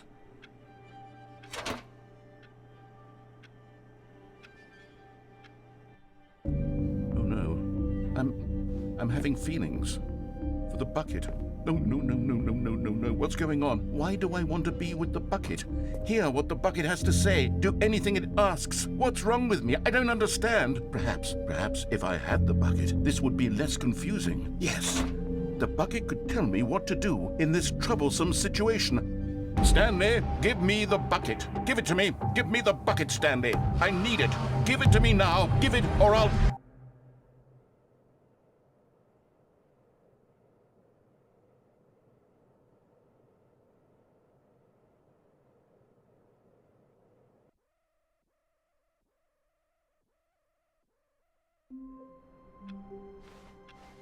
Stanley decided to go to the meeting room to check on his co-workers. He never functioned well by himself and constantly needed support and guidance from others, so the thought of total solitude was terrifying to him.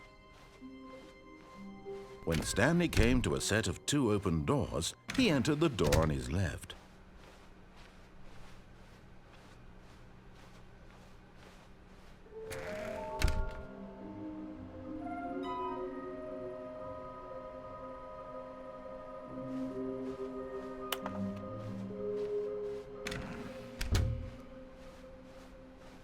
Coming to a staircase, Stanley walked upstairs to his boss's office.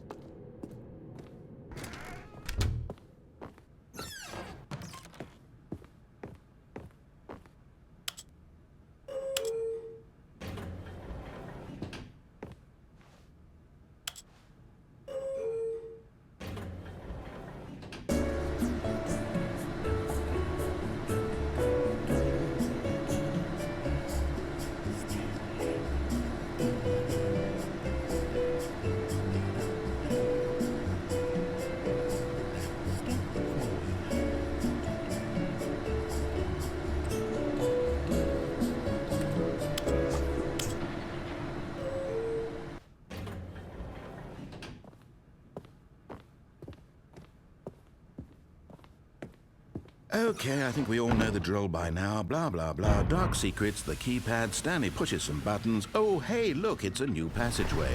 Quelle surprise.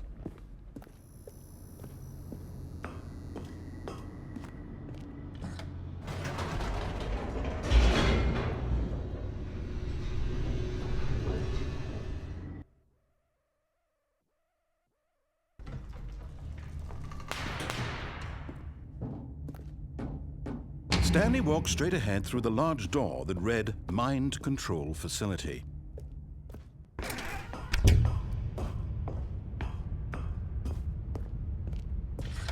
The lights rose on an enormous room packed with television screens.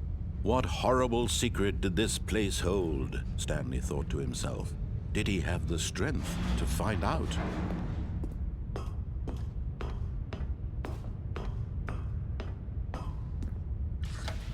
Now the monitors jumped to life, their true nature revealed. Each bore the number of an employee in the building, Stanley's co-workers. The lives of so many individuals reduced to images on a screen, and Stanley, one of them, eternally monitored in this place where freedom meant nothing.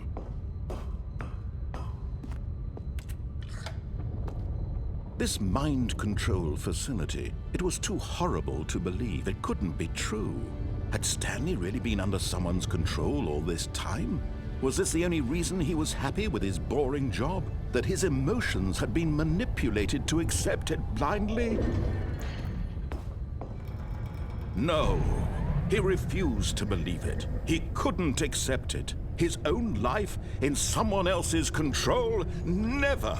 It was unthinkable, wasn't it? Was it even possible?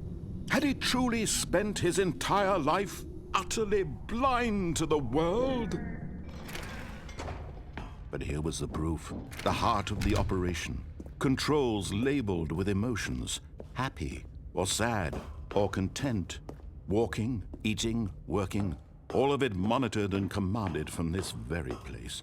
And as the cold reality of his past began to sink in, Stanley decided that this machinery would never again Oh, Stanley, you didn't just activate the controls, did you? After they kept you enslaved all these years, you go and you try to take control of the machine for yourself? Is that what you wanted? Control? Oh, Stanley, I applaud your effort, I really do. But you need to understand, there's only so much that machine can do. You were supposed to let it go, turn the controls off, and leave. If you want to throw my story off track, you're going to have to do much better than that. I'm afraid you don't have nearly the power you think you do. For example, and I believe you'll find this pertinent, Stanley suddenly realized he had just initiated the network's emergency detonation system. In the event that this machine is activated without proper DNA identification, nuclear detonators are said to explode, eliminating the entire complex. How long until detonation then? Let's say, 2 minutes. Ah, now this is making things a little more fun, isn't it, Stanley? It's your time to shine. You are the star. It's your story now. Shape it to your heart's desires. Oh, this is much better than what I had in mind. What a shame we have so little time left to enjoy it. Mere moments until the bomb goes off. But what precious moments each one of them is. More time to talk about you, about me, where we're going, what all this means. I barely know where to start. What's that? You'd like to know where your co-workers are? A moment of solace before you're obliterated? All right, I'm in a good mood. You're gonna die anyway. I'll tell you exactly what happened to them. I erased them. I turned off the machine. I set you free. Of course, that was merely in this instance of the story. Sometimes when I tell it, I simply let you sit there in your office forever, pushing buttons endlessly and then dying alone.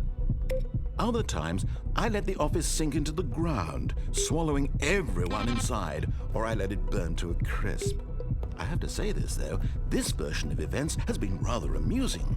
Watching you try to make sense of everything and take back the control wrested away from you, it's quite rich.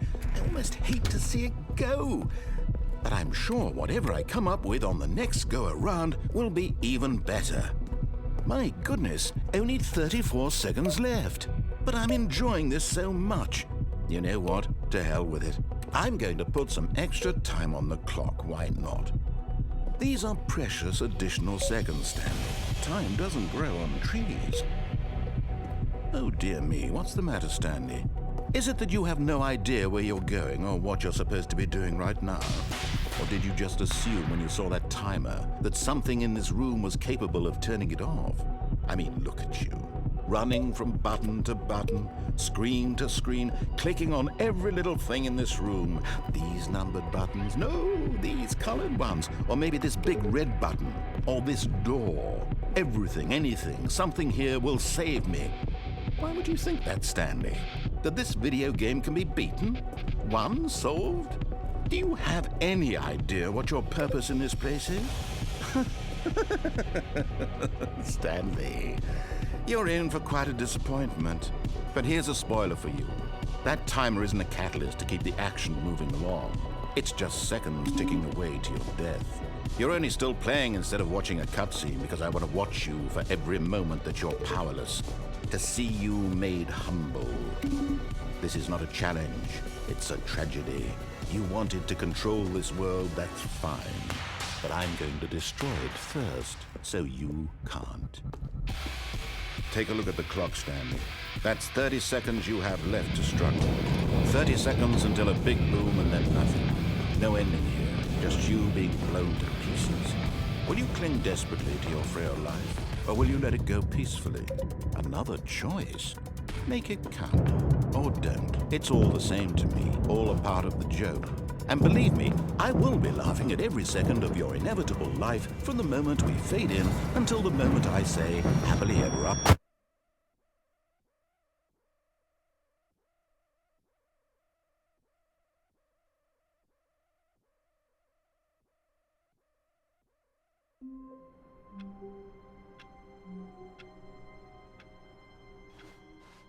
All of his co-workers were... Wait, no. This isn't the right office, is it? Is this Stanley's office?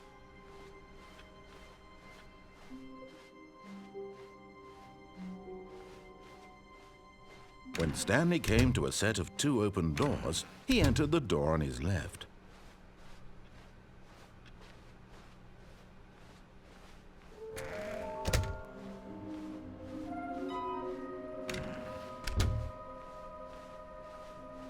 Coming to a staircase, Stanley walked upstairs to his boss's office.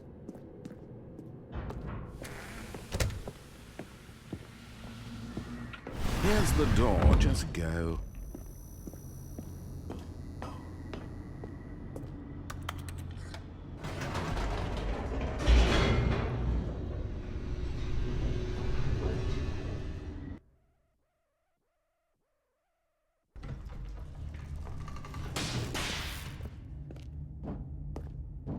Stanley walked straight ahead through the large door that read Mind Control Facility.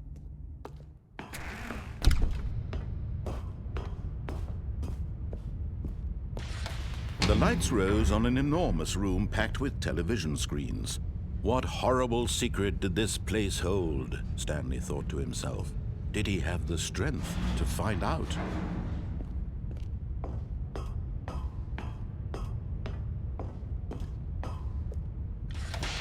Now the monitors jumped to life, their true nature revealed. Each bore the number of an employee in the building, Stanley's co-workers. The lives of so many individuals reduced to images on a screen, and Stanley, one of them, eternally monitored in this place where freedom meant nothing.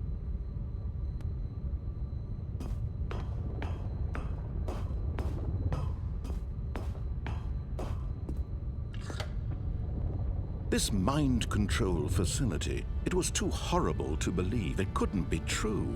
Had Stanley really been under someone's control all this time? Was this the only reason he was happy with his boring job? That his emotions had been manipulated to accept it blindly?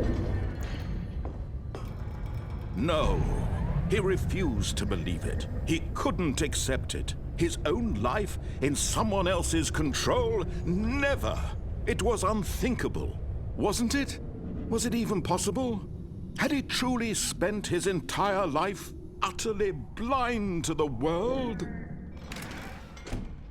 But here was the proof. The heart of the operation. Controls labeled with emotions. Happy, or sad, or content. Walking, eating, working. All of it monitored and commanded from this very place.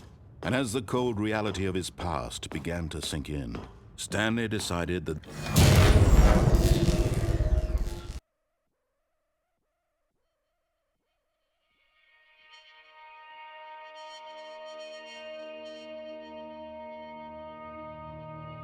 blackness and a rising chill of uncertainty.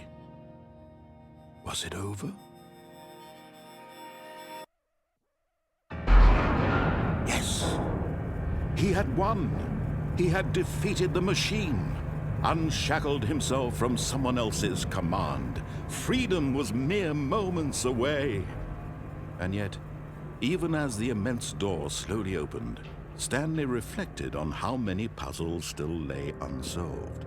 Where had his co-workers gone? How had he been freed from the machine's grasp? What other mysteries did this strange building hold? But as sunlight streamed into the chamber, he realized none of this mattered to him, for it was not knowledge or even power that he had been seeking, but happiness. Perhaps his goal had not been to understand, but to let go. No longer would anyone tell him where to go, what to do, or how to feel. Whatever life he lives, it will be his. And that was all he needed to know. It was perhaps the only thing worth knowing. Stanley stepped through the open door. Stanley felt the cool breeze upon his skin, the feeling of liberation, the immense possibility of the new path before him. This was exactly the way, right now, that things were meant to happen. And Stanley was happy.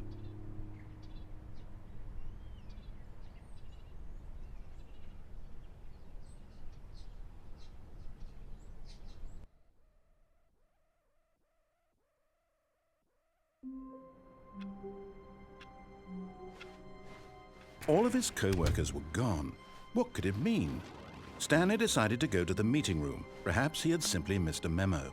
The confusion and the chaos all seemed to melt away as Stanley embraced the bucket. Stanley clutched the bucket tightly to his... This was not the correct way to the meeting room, but Stanley had felt the bucket calling to him, telling him that the employee lounge was simply the place to be. And here it was. Had the bucket turned out to be correct? No, never mind. The bucket was wrong.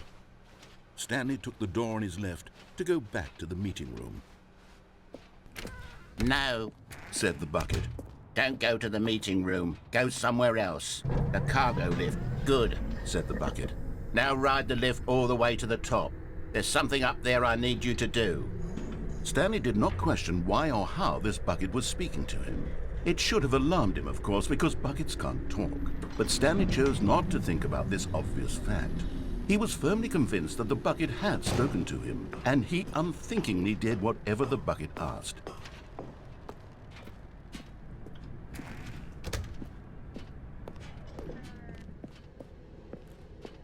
No, stop. Look there on the wall. You see, there's a sign right there. It says, "No buckets past this point." Stanley, how could you think it was okay to bring the bucket here? Unless, what if the problem is that you actually don't know what is a bucket and what isn't a bucket? I suppose that would explain a lot about your behavior up to this point. Which, if that's true, well, my goodness, I think we have to do something about it. This misunderstanding could have dire consequences on the entire rest of the game if not addressed quickly and properly. So much of the impact of the story is dependent on your understanding of what is and isn't a bucket. Please, step in here for a moment.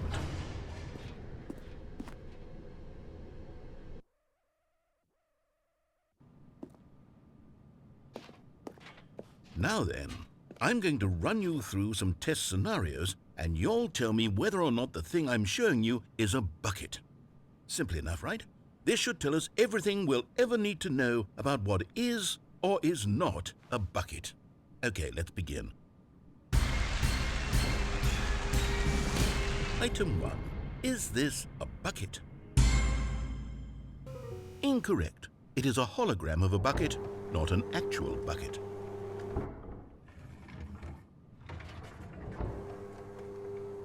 Item 2. Is this a bucket? Correct. It is a 3D printed recreation of a bucket, not an actual bucket.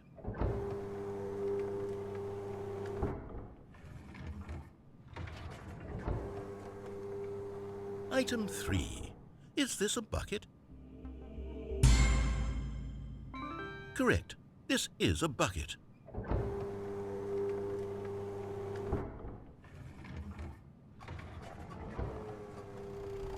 Item 4.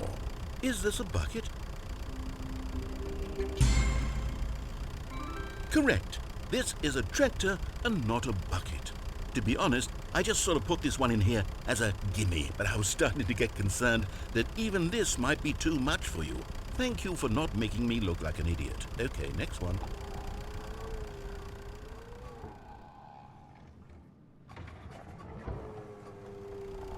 Is this a bucket?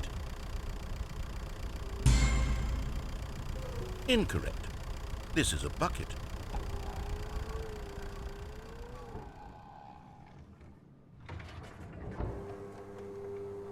Item 6. Is this a bucket? Trick question. Both. Gotcha.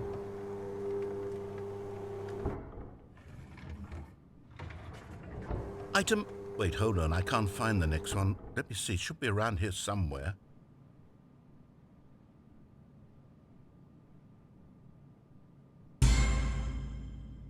Okay, you and I both know there isn't anything here. And I don't appreciate the implication that nothing is a bucket when we both clearly know that a bucket is something, and therefore nothing could possibly be something. Unless, in your twisted mind, have you somehow convinced yourself that a bucket is nothing? Answer me straight, Stanley. Do you believe that nothing is a bucket?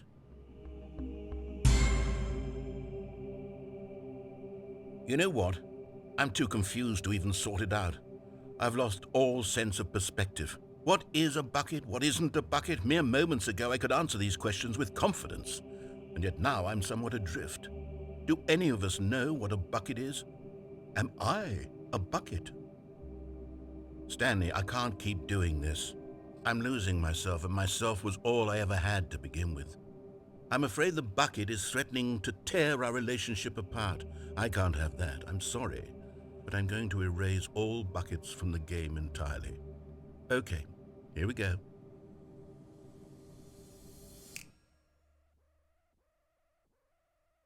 What happened? Is everything gone? Why did everything disappear? Wait, was everything a bucket? Every single thing in the game was a bucket. Oh my God, I had no idea. How could... Except me. I'm not a bucket after all. And you, Stanley, You're still here. You're not a bucket either. Oh, this is wonderful news. We're not buckets. Yes, I actually feel much more at ease right now. It's delightful to get some clarity on that issue, but it doesn't change the fact that we haven't got a game. So, tell you what, I'll reset everything and we'll put back all of the buckets, okay? And we'll know that it's all a bucket. But if you run into anyone else, maybe don't mention that. Who knows what that information might do to a person? All right, here we go.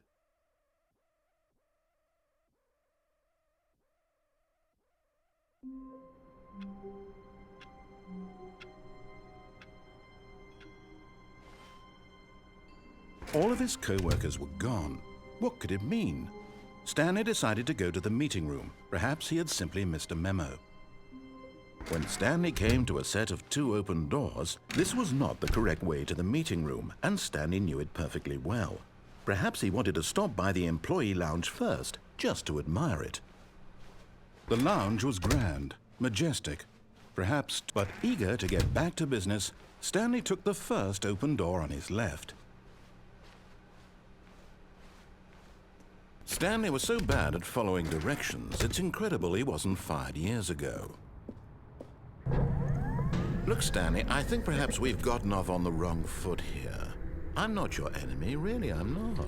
I realize that investing your trust in someone else can be difficult, but the fact is that the story has been about nothing but you all this time.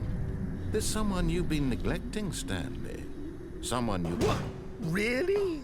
I was in the middle of something. Do you have zero consideration for others? Are you that convinced that I want something bad to happen to you? Why, I don't know how to convince you of this, but I really do want to help you, to show you something beautiful. Look, let me prove it. Let me prove that I'm on your side. Give me another miniature Stanley figurine. This, you know, there really must be a snappier name for these things. What about mini-stands? Stanley figs? What about Stanlerines? Yes, I think I like that. Another Stanlerine under your belt. Now listen carefully, this is important. Stanley walked through the red door. Aha, perhaps you misunderstood. Stanley walked through the red door. Oh, thank God you are willing to listen to me. Do you see that I really have wanted you to be happy all this time? The problem is all these choices. The two of us always trying to get somewhere that isn't here. Running and running and running, just the way you're doing right now. Don't you see that it's killing us, Stanley? I wanted to stop. We would both be so much happier if we just stopped. And I think I have a solution. Here, let me show you.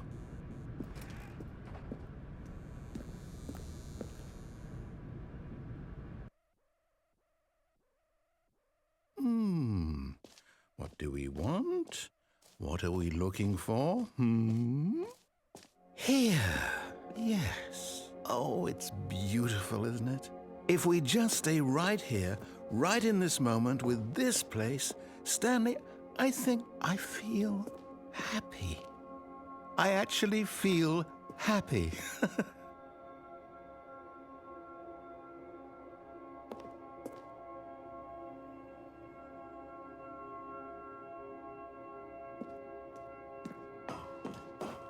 No, wait. Where are you going? Oh, no. Stay away from those stairs. If you hurt yourself, if you die, the game will reset. We'll lose all of this. Please, no, Stanley, let me stay here. Don't take this from me. Please, Stanley, think about what you're doing.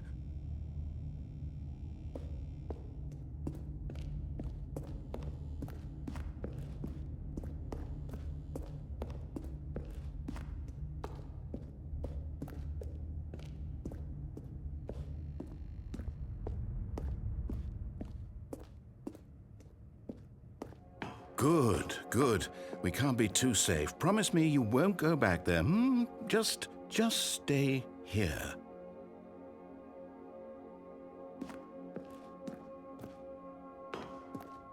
No! What do we talk about? You're risking everything we achieved here. You heard me before, didn't you? You will die! What about this isn't getting through to you?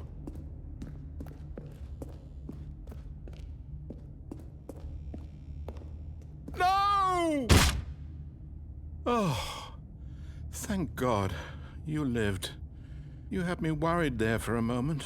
Now, can we please get back to the other room? No. No, what are you doing, Stanley? Please, I'm asking you not to take this away from me. I can't go back to what I was before. If you die, we'll both go back. Why are you doing this?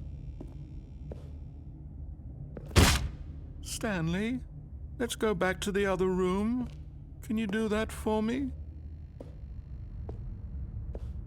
Yes, perhaps you can. Perhaps you finally see what I'm talking about. I know you'll see that we can't be happy if we leave this place. You can see that, can't you?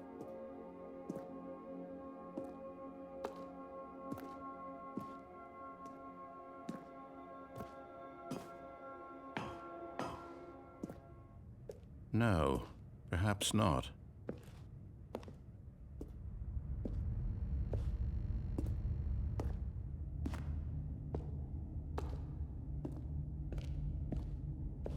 My God, is this really how much you dislike my game? That you'll throw yourself from this platform over and over to be rid of it? You are literally willing to kill yourself to keep me from being happy. Am I reading the situation correctly? Or maybe you're just getting a kick out of it. I don't know anymore. I just wanted us to get along. But I guess that was too much to ask. It looks like you wanted to make a choice after all. Well, this one is yours.